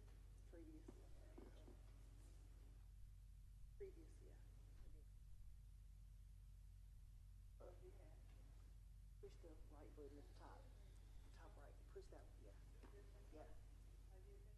There it is. Thank you. Madam President, on behalf of the Lancaster ISD Board of Trustees, motion carried unanimously. Okay, thank you so much. Congratulations, you all. Okay. We'll move on to 11.2, discussion and possible approval of the 26-27 Lancaster ISD Student Handbook to align with the current district policies and procedures and recommendations for the Texas Association of School Boards per the TASB Model Student Handbook. Thank you, Madam President. I'm going to call forward Dr. Jackson to present that information to our board and our community. Dr. Jackson, the floor is yours, sir. Greetings, Madam Chair, distinguished board members, and Superintendent Dr. Pereira. In the past, I've actually went in the model school handbook and I actually pulled out some of the big rocks and we actually discussed those. However, this year, I wanted to provide you with the entire exemplar model handbook, and that's what I actually provided you guys. Ms. Fran, did they get a copy? Yes. And what I wanted to provide you with was an actual little reference guide where you can actually refer to. So when you get calls throughout the year, as it relates to certain situations, you will have an opportunity to actually go to this particular model handbook and actually go straight to that particular policy and actually have knowledge of the updates if it has been updated. A couple things that actually stuck out to me, that popped off the page to me, was the misuse of AI in regards to plagiarism and using that during assignments. Many of the districts around the Dallas-Fort Worth area and the state of Texas and actually around the country are being very, very light as they tread with this AI piece right here in regards to consequences, because it came in a huge wave, and it's very important to not only educate our students, but to educate our teachers and administrators on how to properly use that. I'll be getting with Dr. Barker and our technology department. Every year, we have cybersecurity certification that our students take from grades 5th grade to 12th. We're going to add in an AI component there to actually provide our students and our teachers with some knowledge in AI. And of course, I provided each and every one of you with a copy of that student handbook. Any questions as it relates to the student handbook? This reference guide is going to be very, very informative as it relates to diving deeply into your questions you actually may have.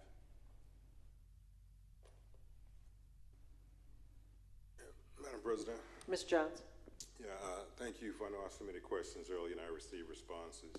And I believe what I'm looking at more so is, will the handbook provide any best practices? I know pretty much everything that I saw in here were more consequences for not following whatever procedures, but will those be documented somewhere? Yes, sir. That will be in the student handbooks, the school handbooks. And also, as I actually stated, we want to be proactive instead of reactive. We can actually predict what's going to happen with the AI piece. So we're actually going to put something in place as it relates directly to informing and educating our students and teachers ahead of time. And we're doing that with any of these policy changes. Great point. Okay. And then my other question, I guess statement as well, is that on page 1 of the FAQs of the Model Student Publication Quick Start Guide, it specifies that that this particular document should not be adopted by the board. It's more so of an administrative document. So do we need to take any action on this particular item for this evening, Madam President?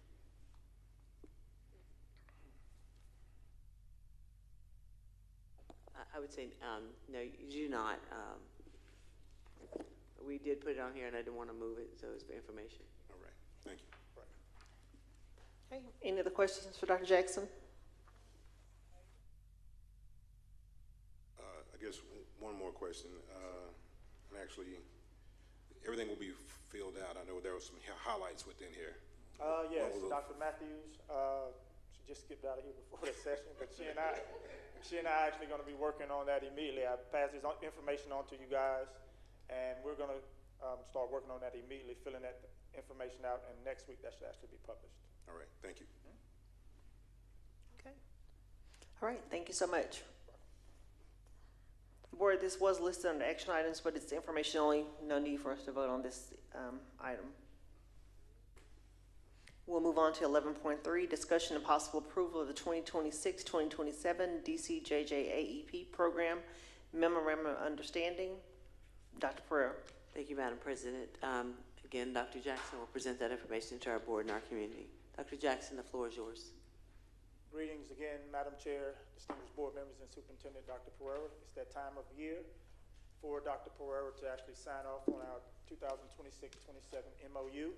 I provided you with that leisure for you to peruse, and immediately, once that it is approved, Dr. Pereira usually signs off on it at night. In the morning, I actually send it off. Pending approval. Thank you. Pending approval. Pending approval.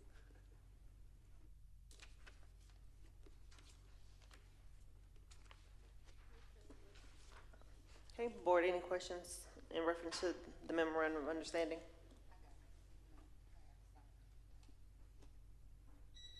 Okay, hearing none. Hold on just a second for me. I'm trying to make sure. Do I have a copy of this memorandum of understanding? Yes. It's in board book, and yeah, it's in board docs for sure. Yeah, but I usually have a printout.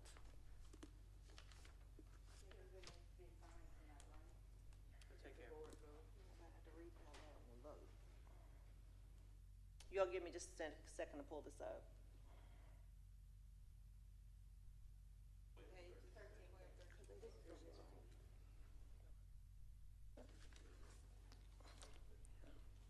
Okay, Board, this is an action item. Is there a motion?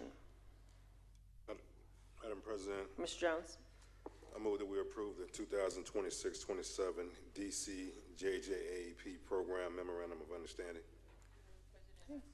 Have a motion by Mr. Jones, a second by Ms. Nichols to approve the 2026-2027 DC JJAEP Program Memorandum of Understanding.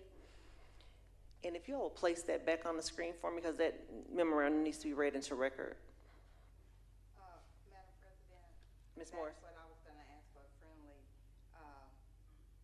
a friendly request to amend to say as presented, the resolution as presented is 13 pages. If Mr. Jones. Yeah, that is long. Yes, Ms. Morris is asking that you do a friendly amendment to your motion to say as presented, because this memorandum is 13 pages, so that I won't have to read it into the record.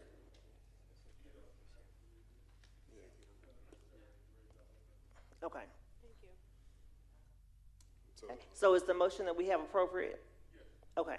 So we have a motion by Mr. Jones, a second by Ms. Nichols. If you all will please vote from your devices.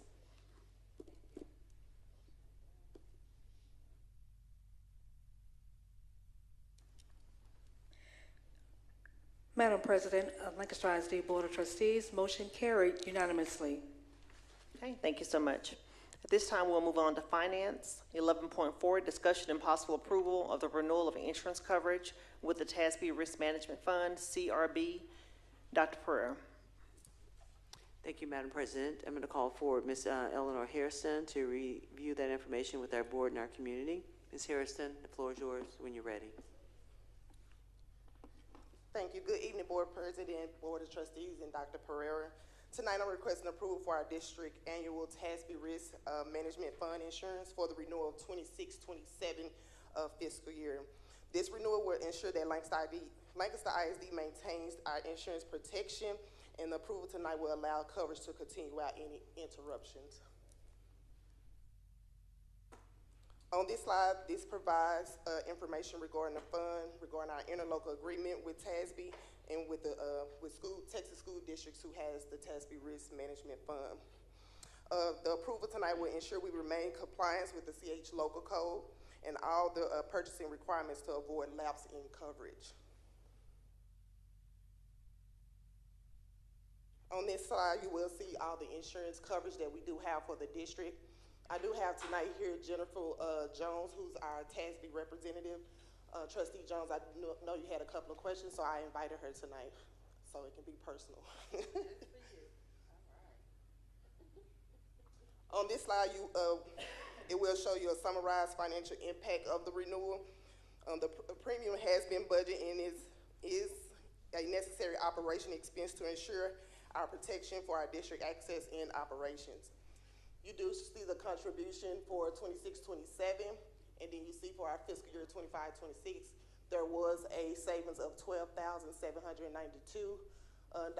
And again, Ms. Jones will speak on that tonight as well.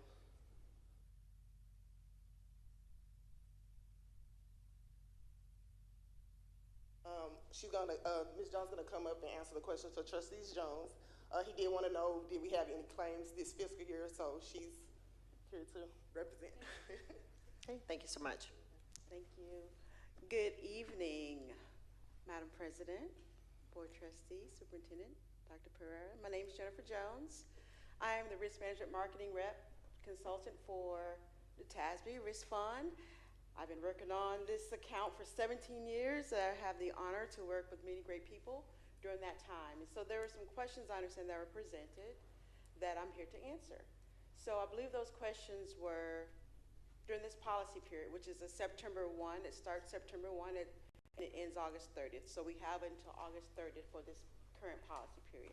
Were there any claims filed? Yes, you had 29 claims filed. 16 of those were from your auto, bus fleet, white fleet. You have a $2,500 deductible for that coverage line, and we paid approximately $40,000 for those claims. You had, for your general liability claims, you had approximately 11 claims filed.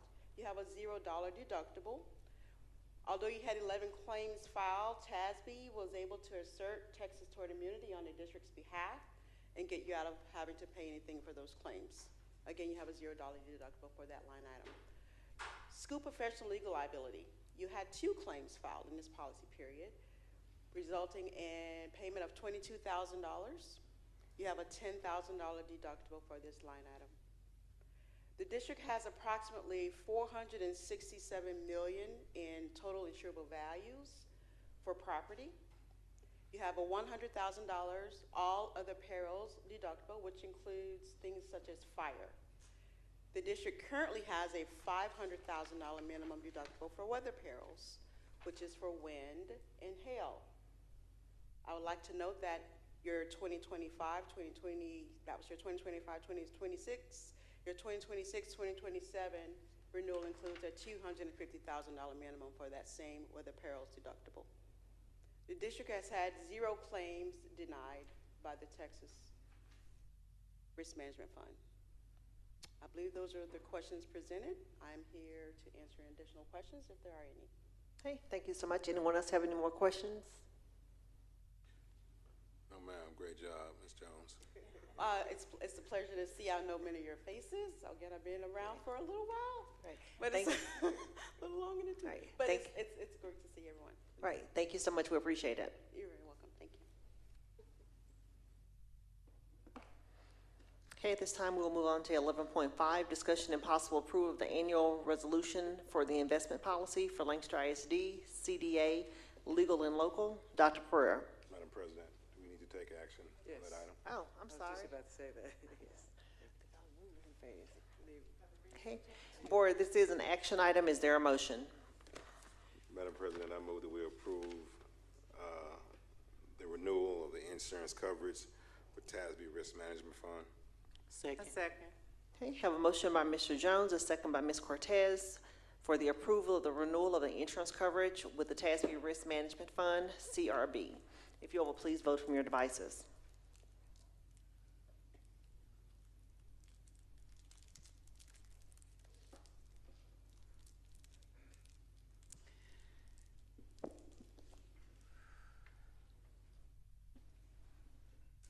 Madam President, would you like for me to, in regards to Secretary Morris? Yes, for the record, Ms. Morris exited at 8:10 p.m.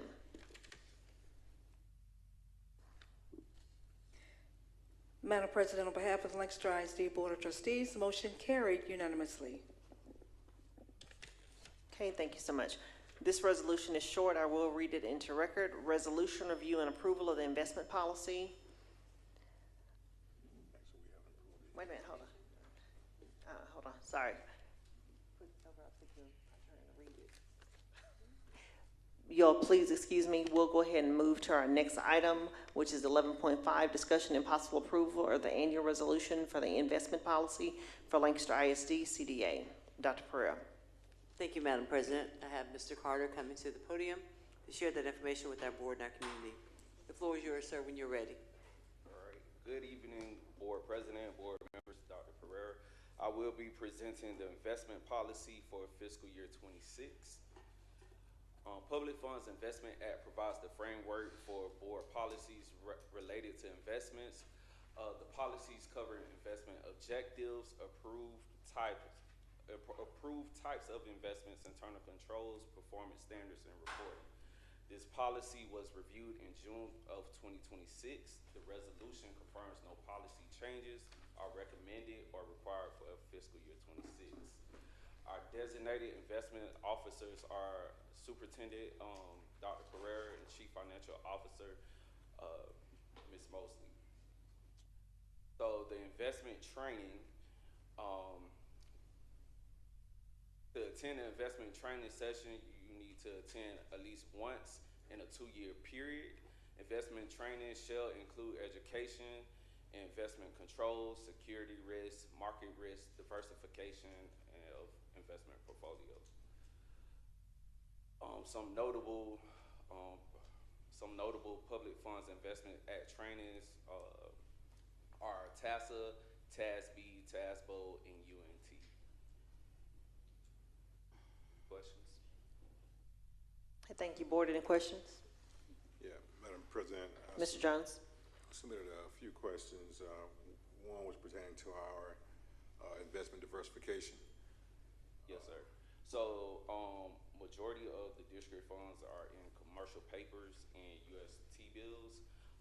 The finance department will send a report, a more detailed report showing the allocation. Okay. Have we considered doing any mutual funds? I know it specifies we can do no load mutual funds. I would have to look into that. Okay. All right. Thank you, sir. No problem. Okay, any other questions? Okay, board, this is an action item. Madam President, I move that we approve the annual resolution for the investment policy for Lancaster ISD. Second. Have a motion by Mr. Jones, a second by Ms. Cortez for the approval of the annual resolution for the investment policy for Lancaster ISD CDA. If you would please vote from your devices.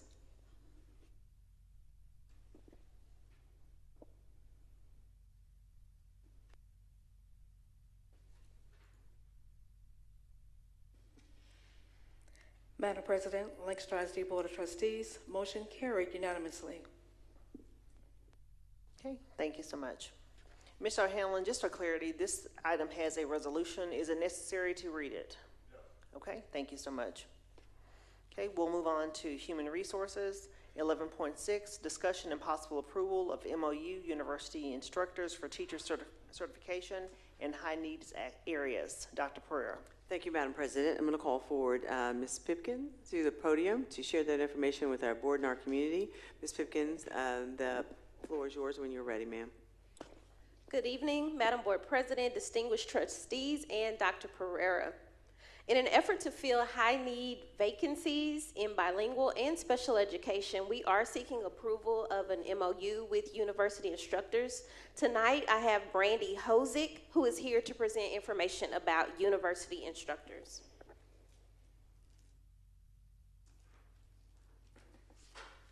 All right.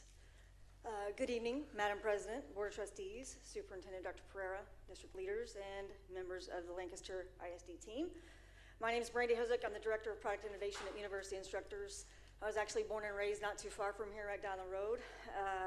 I have lost more athletic competitions to LISD than I care to mention to you. I've served 21 years in public education in Texas. But thank you for the opportunity to present to you this evening to tell you how I can support Lancaster ISD.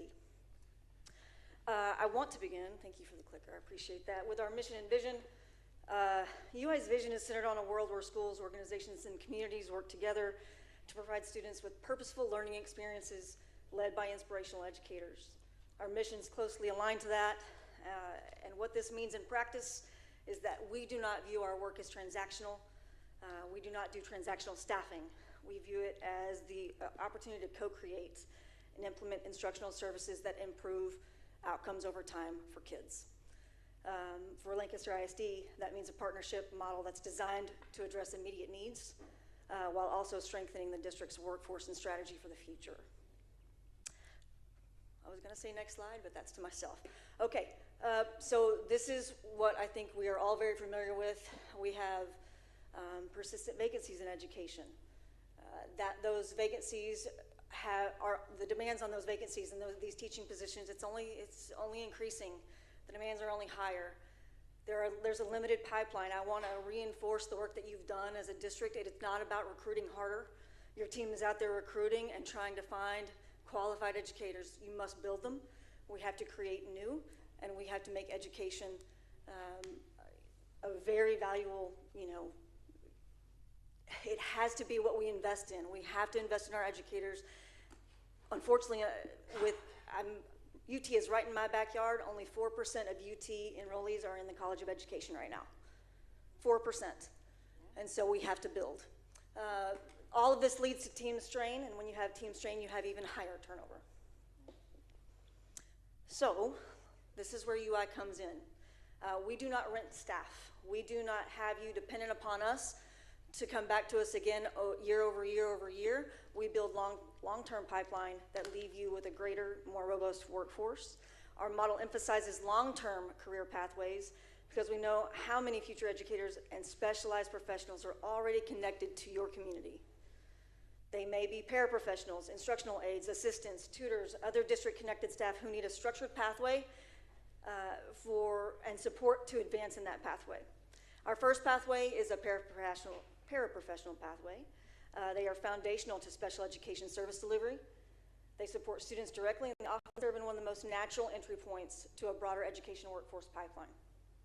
Secondly, our teacher pathway. This does specifically say special education, but we work with general education and special education, all certifications. It's a full cycle teacher pipeline that allows districts to support aspiring teachers from within the community that they serve and pursue licensure. The third is our assistant to clinician, building up related services such as SLPs, OTs, PTs, all highly marketable positions that are needed across the country. What makes UI different is our ongoing support. We put additional supports in Lancaster ISD to amplify the expectations of district leadership, support these folks in the classroom. The reason for turnover in classrooms, especially at the novice level, 0 to 5 years, is just simply needing a coach alongside them. It is very difficult from a former administrator to be that administrator and a coach at the same time. It is difficult for an instructional coach to devote enough time to a novice teacher. The needs are great, and that is where we come and our fractional supports to you all.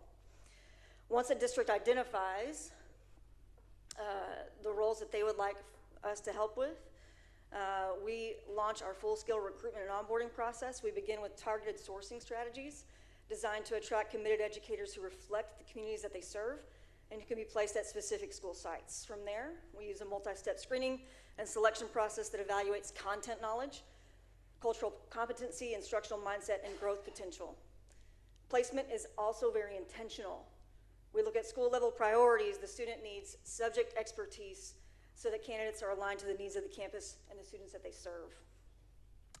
The second half of our process is then onboarding and training. UI prioritizes suitability, preparation, our mission alignment, so that the instructors are not only effective, but also invested in long-term success of Lancaster ISD. From the onset, they are a Lancaster ISD member and part of your team and your family.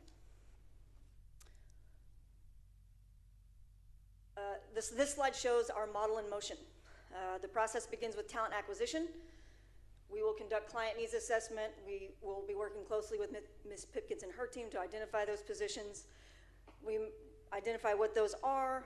We do grassroots sourcing, and we have recruiters in the Dallas Metroplex area ready to support with this effort.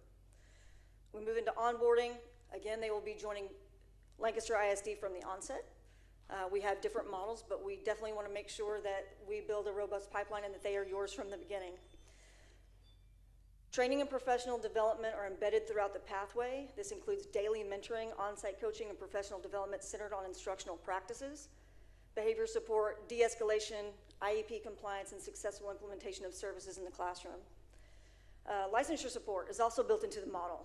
UI facilitates and manages and provides a financial assistance to our teacher residents so that they can complete certification requirements and enrollment into their approved alternative education programs and their test prep.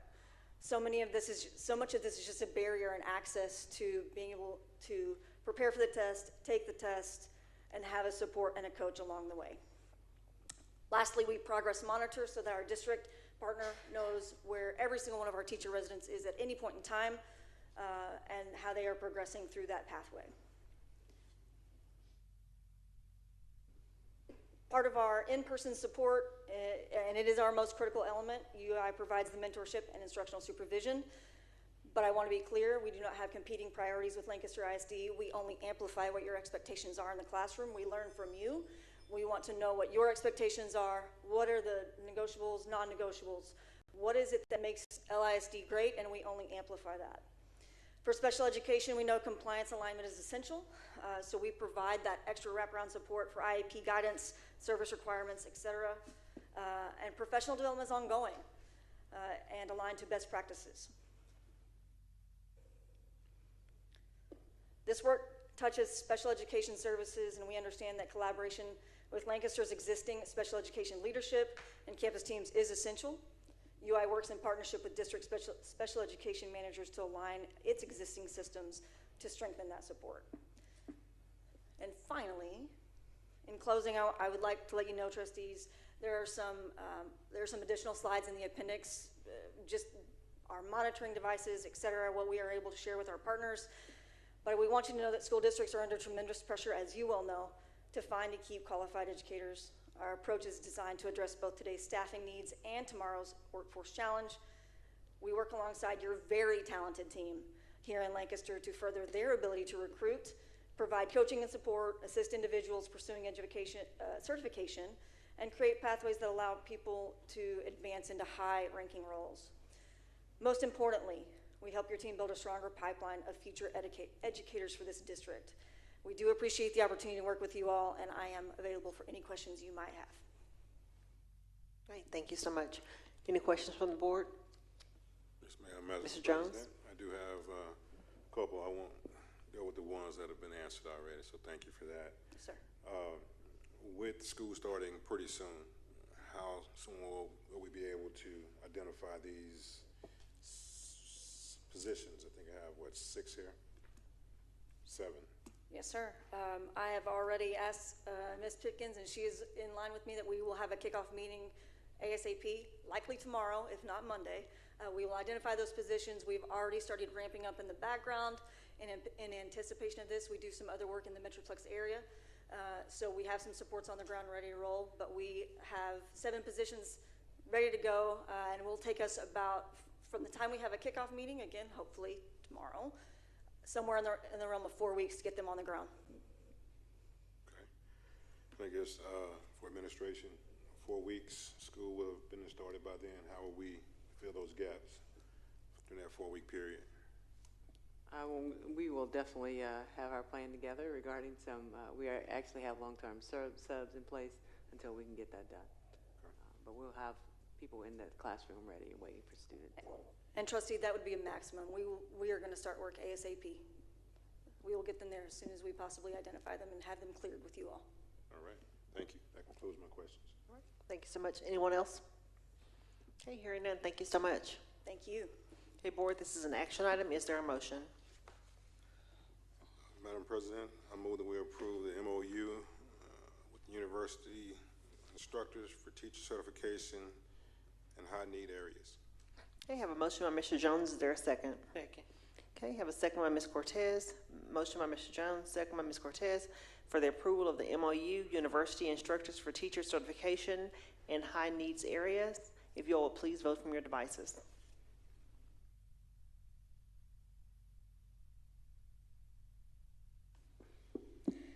Madam President, Lancaster ISD Board of Trustees, motion carried unanimously. Okay, thank you so much.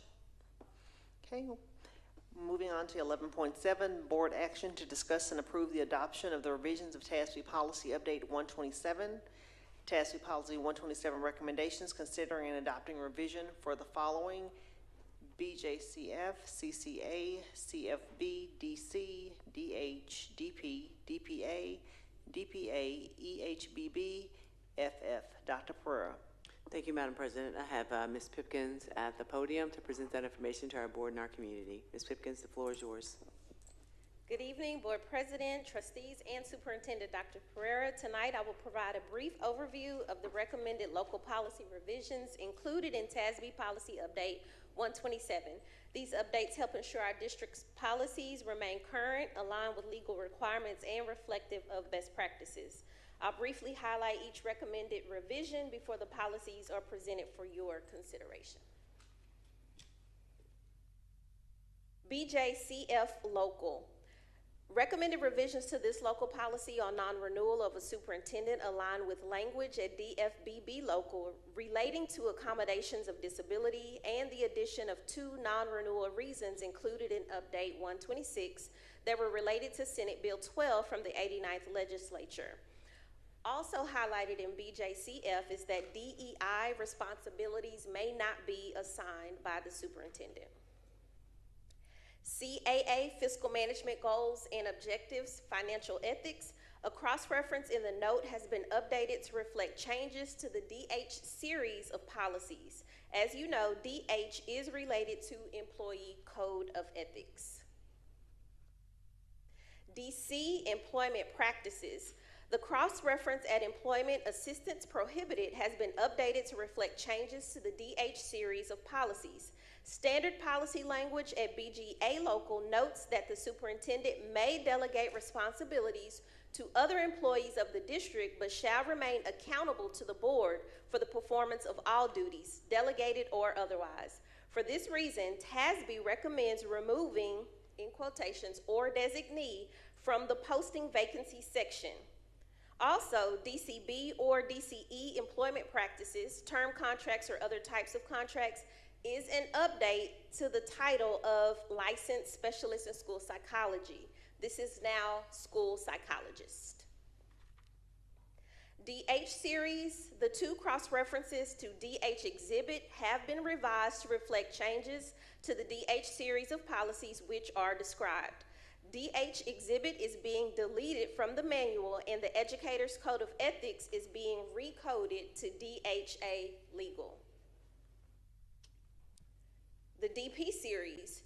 To accommodate the restructuring of the DP series due to the requirements specific to principals, this local policy is being recommended for deletion. Materials regarding principal qualifications have been moved to DPA local, and the language relating to school counselors and school chaplains has been moved to DPB local. Trying to keep these letters together, y'all. DP series. This new code specifically related to principals now houses principal qualification language that was previously at DP local.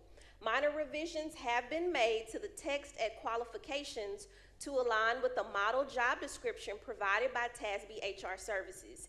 Any posting for a principal position would at minimum include the items provided in this list. Other qualifications may be included as provided by the last item in the list. This new policy now houses text relating to school counselors and school chaplains that was previously at DP local. Please note, cross-references have been added to the applicable policies.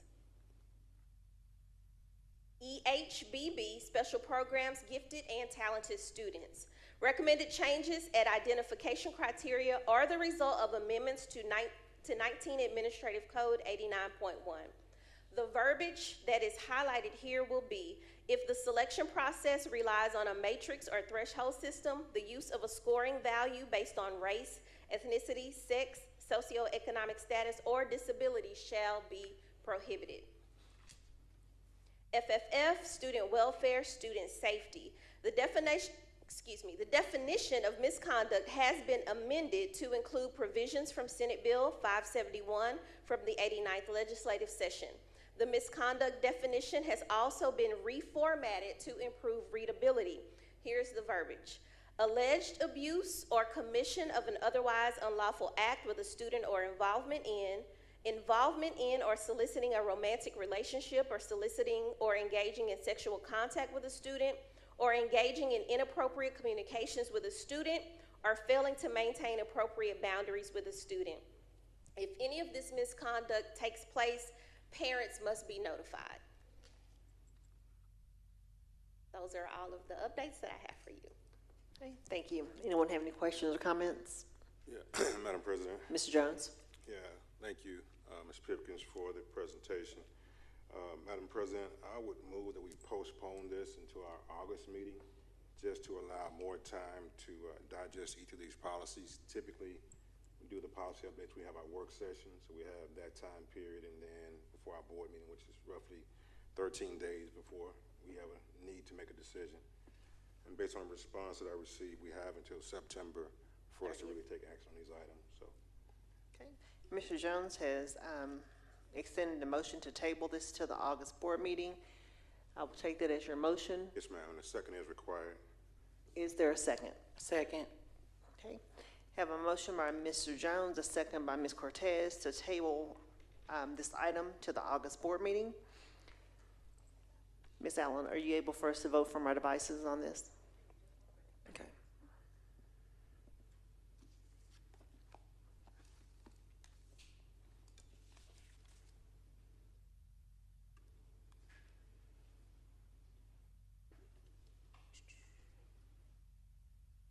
Board, if you all have additional questions in the interim, please submit them in so you all can get your answers in reference for the August meeting.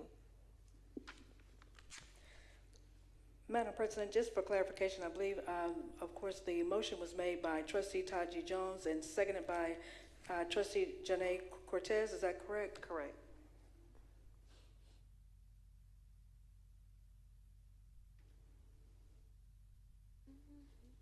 Madam President, you're more than welcome to check your devices at your earliest convenience. Okay, if you all please vote from your devices.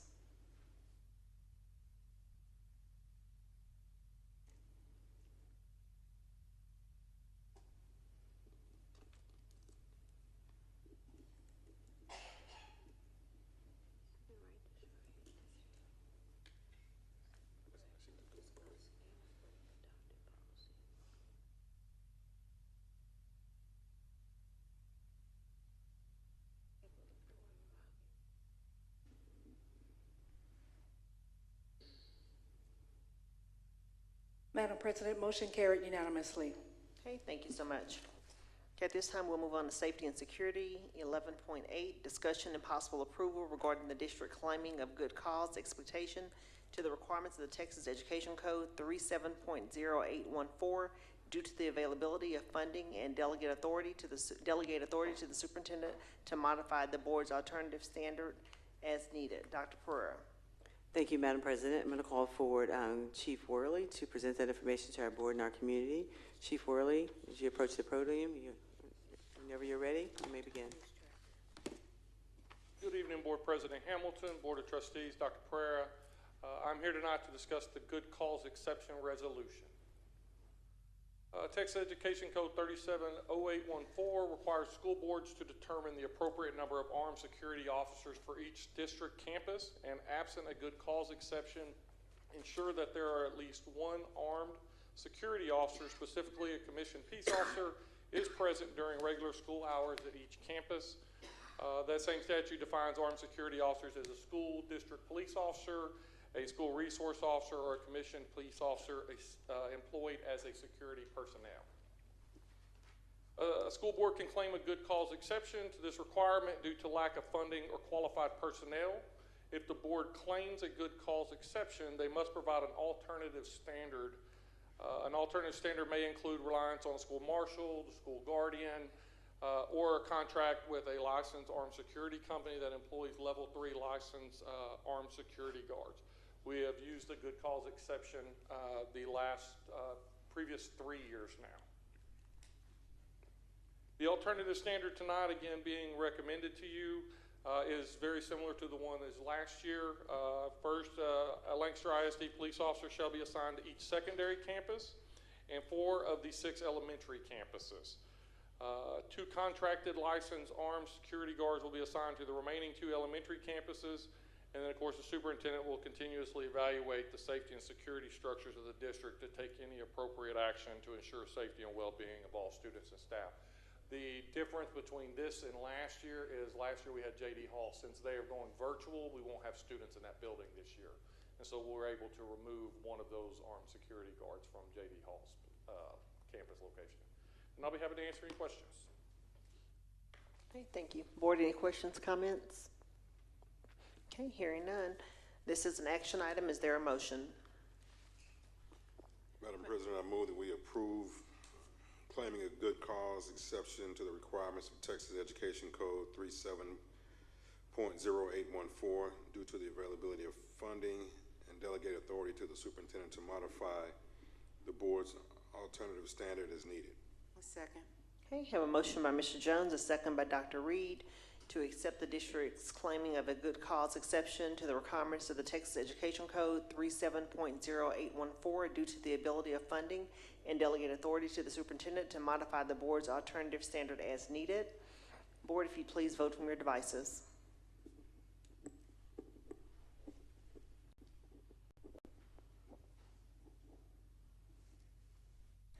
Madam President, Lancaster ISD Board of Trustees, motion carried unanimously. Okay, thank you so much. We'll move on to 11.4, discussion and possible approval of contracting with LNP Global Security to provide armed security officers for the 2026-2027 school year. not to exceed $150,000. Dr. Pereira. Thank you, Madam President. I'm going to call back to the podium Chief Worley. Good evening again, President Hamilton, Board of Trustees, Dr. Pereira.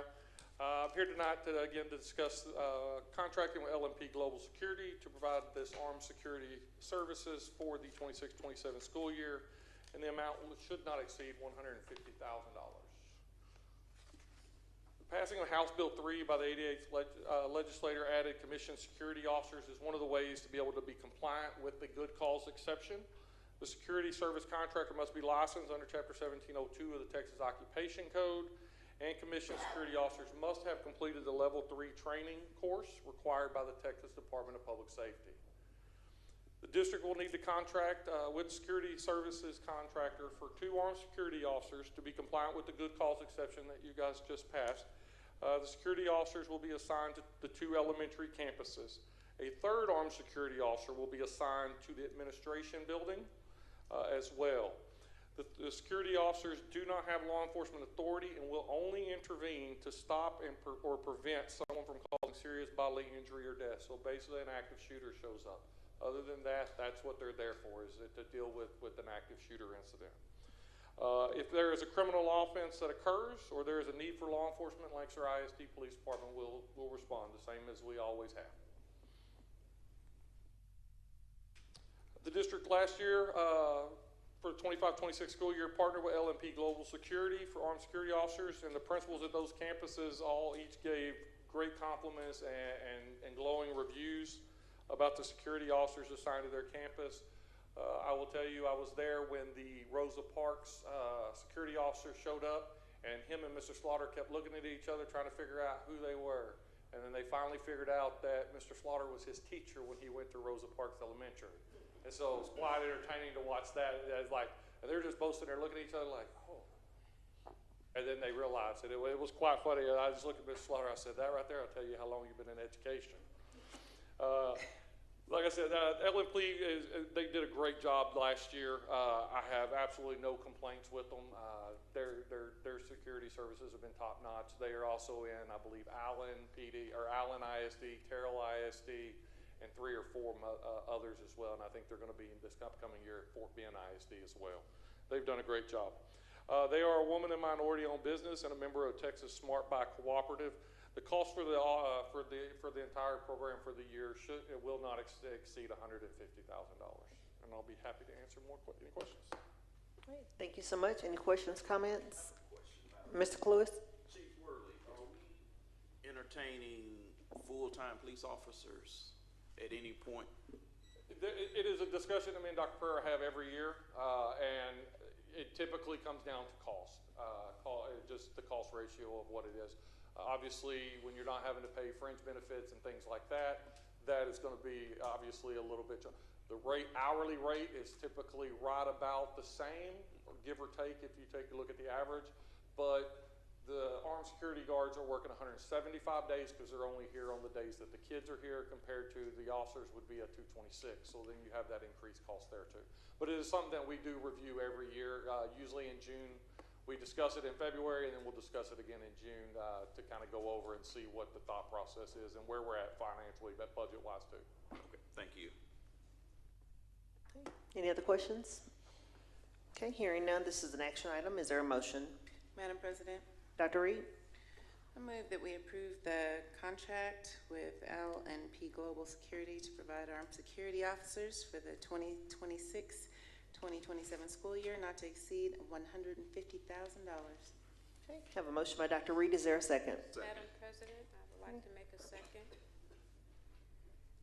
Okay, have a second by Ms. Nichols. So a motion by Dr. Reed, a second by Ms. Nichols to approve the contract with LMP Global Security to provide armed security officers for the 26-27 school year, not to exceed $150,000.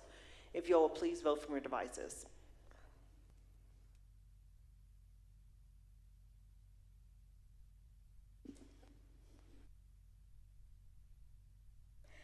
Madam President and the Lancaster ISD Board of Trustees, motion carried unanimously. Thank you so much. Okay, at this time, we'll move on to board matters. So we'll have the review of the Lone Star Governance Board Time Use Tracker for June 16, 2026 by Vice President Nichols. Thank you so much, Madam President. Okay, June 16, 2026, our time use tracker, we did good. We focused on the student outcomes within our discussion, and we were at 64%, so we are continuing to be steady on being above the 50%. So great job, everyone, because it's not just the board, it's the whole entire team here. So as we continue to talk about our student outcome, as we go forward for the new year, looking for numbers to increase. So thank you all. Any questions? Thank you so much. Any questions, comments? I'll say keep up the good work, everyone. Okay. We'll move on to 12.2, discussion of endorsement of TASB candidates. The time frame for this is June 26th through August 21st for the Lancaster Independent School District. Board is to invite an endorsed candidate for the position for the region, which is Region 10 for us. Board, in our diligent, we have there's the applications as well as the bios for individuals that are wanting to obtain this position. There was a lot. I'm not sure if you all are ready to make that nomination or if we would like to table this until the August meeting so everyone will have time to review because there's quite a slate of candidates. Okay, if there is a motion, Mr. Cluis.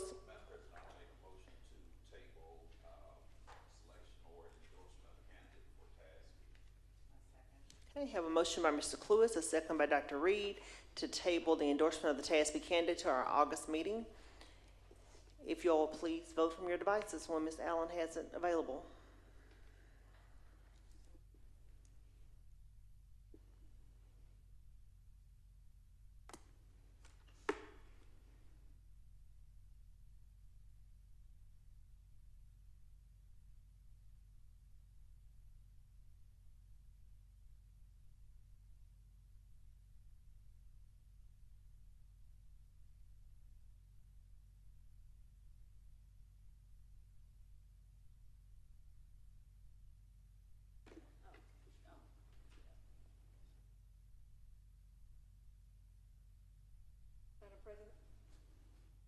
Madam President, Lancaster ISD Board of Trustees, you may now go ahead and check your devices.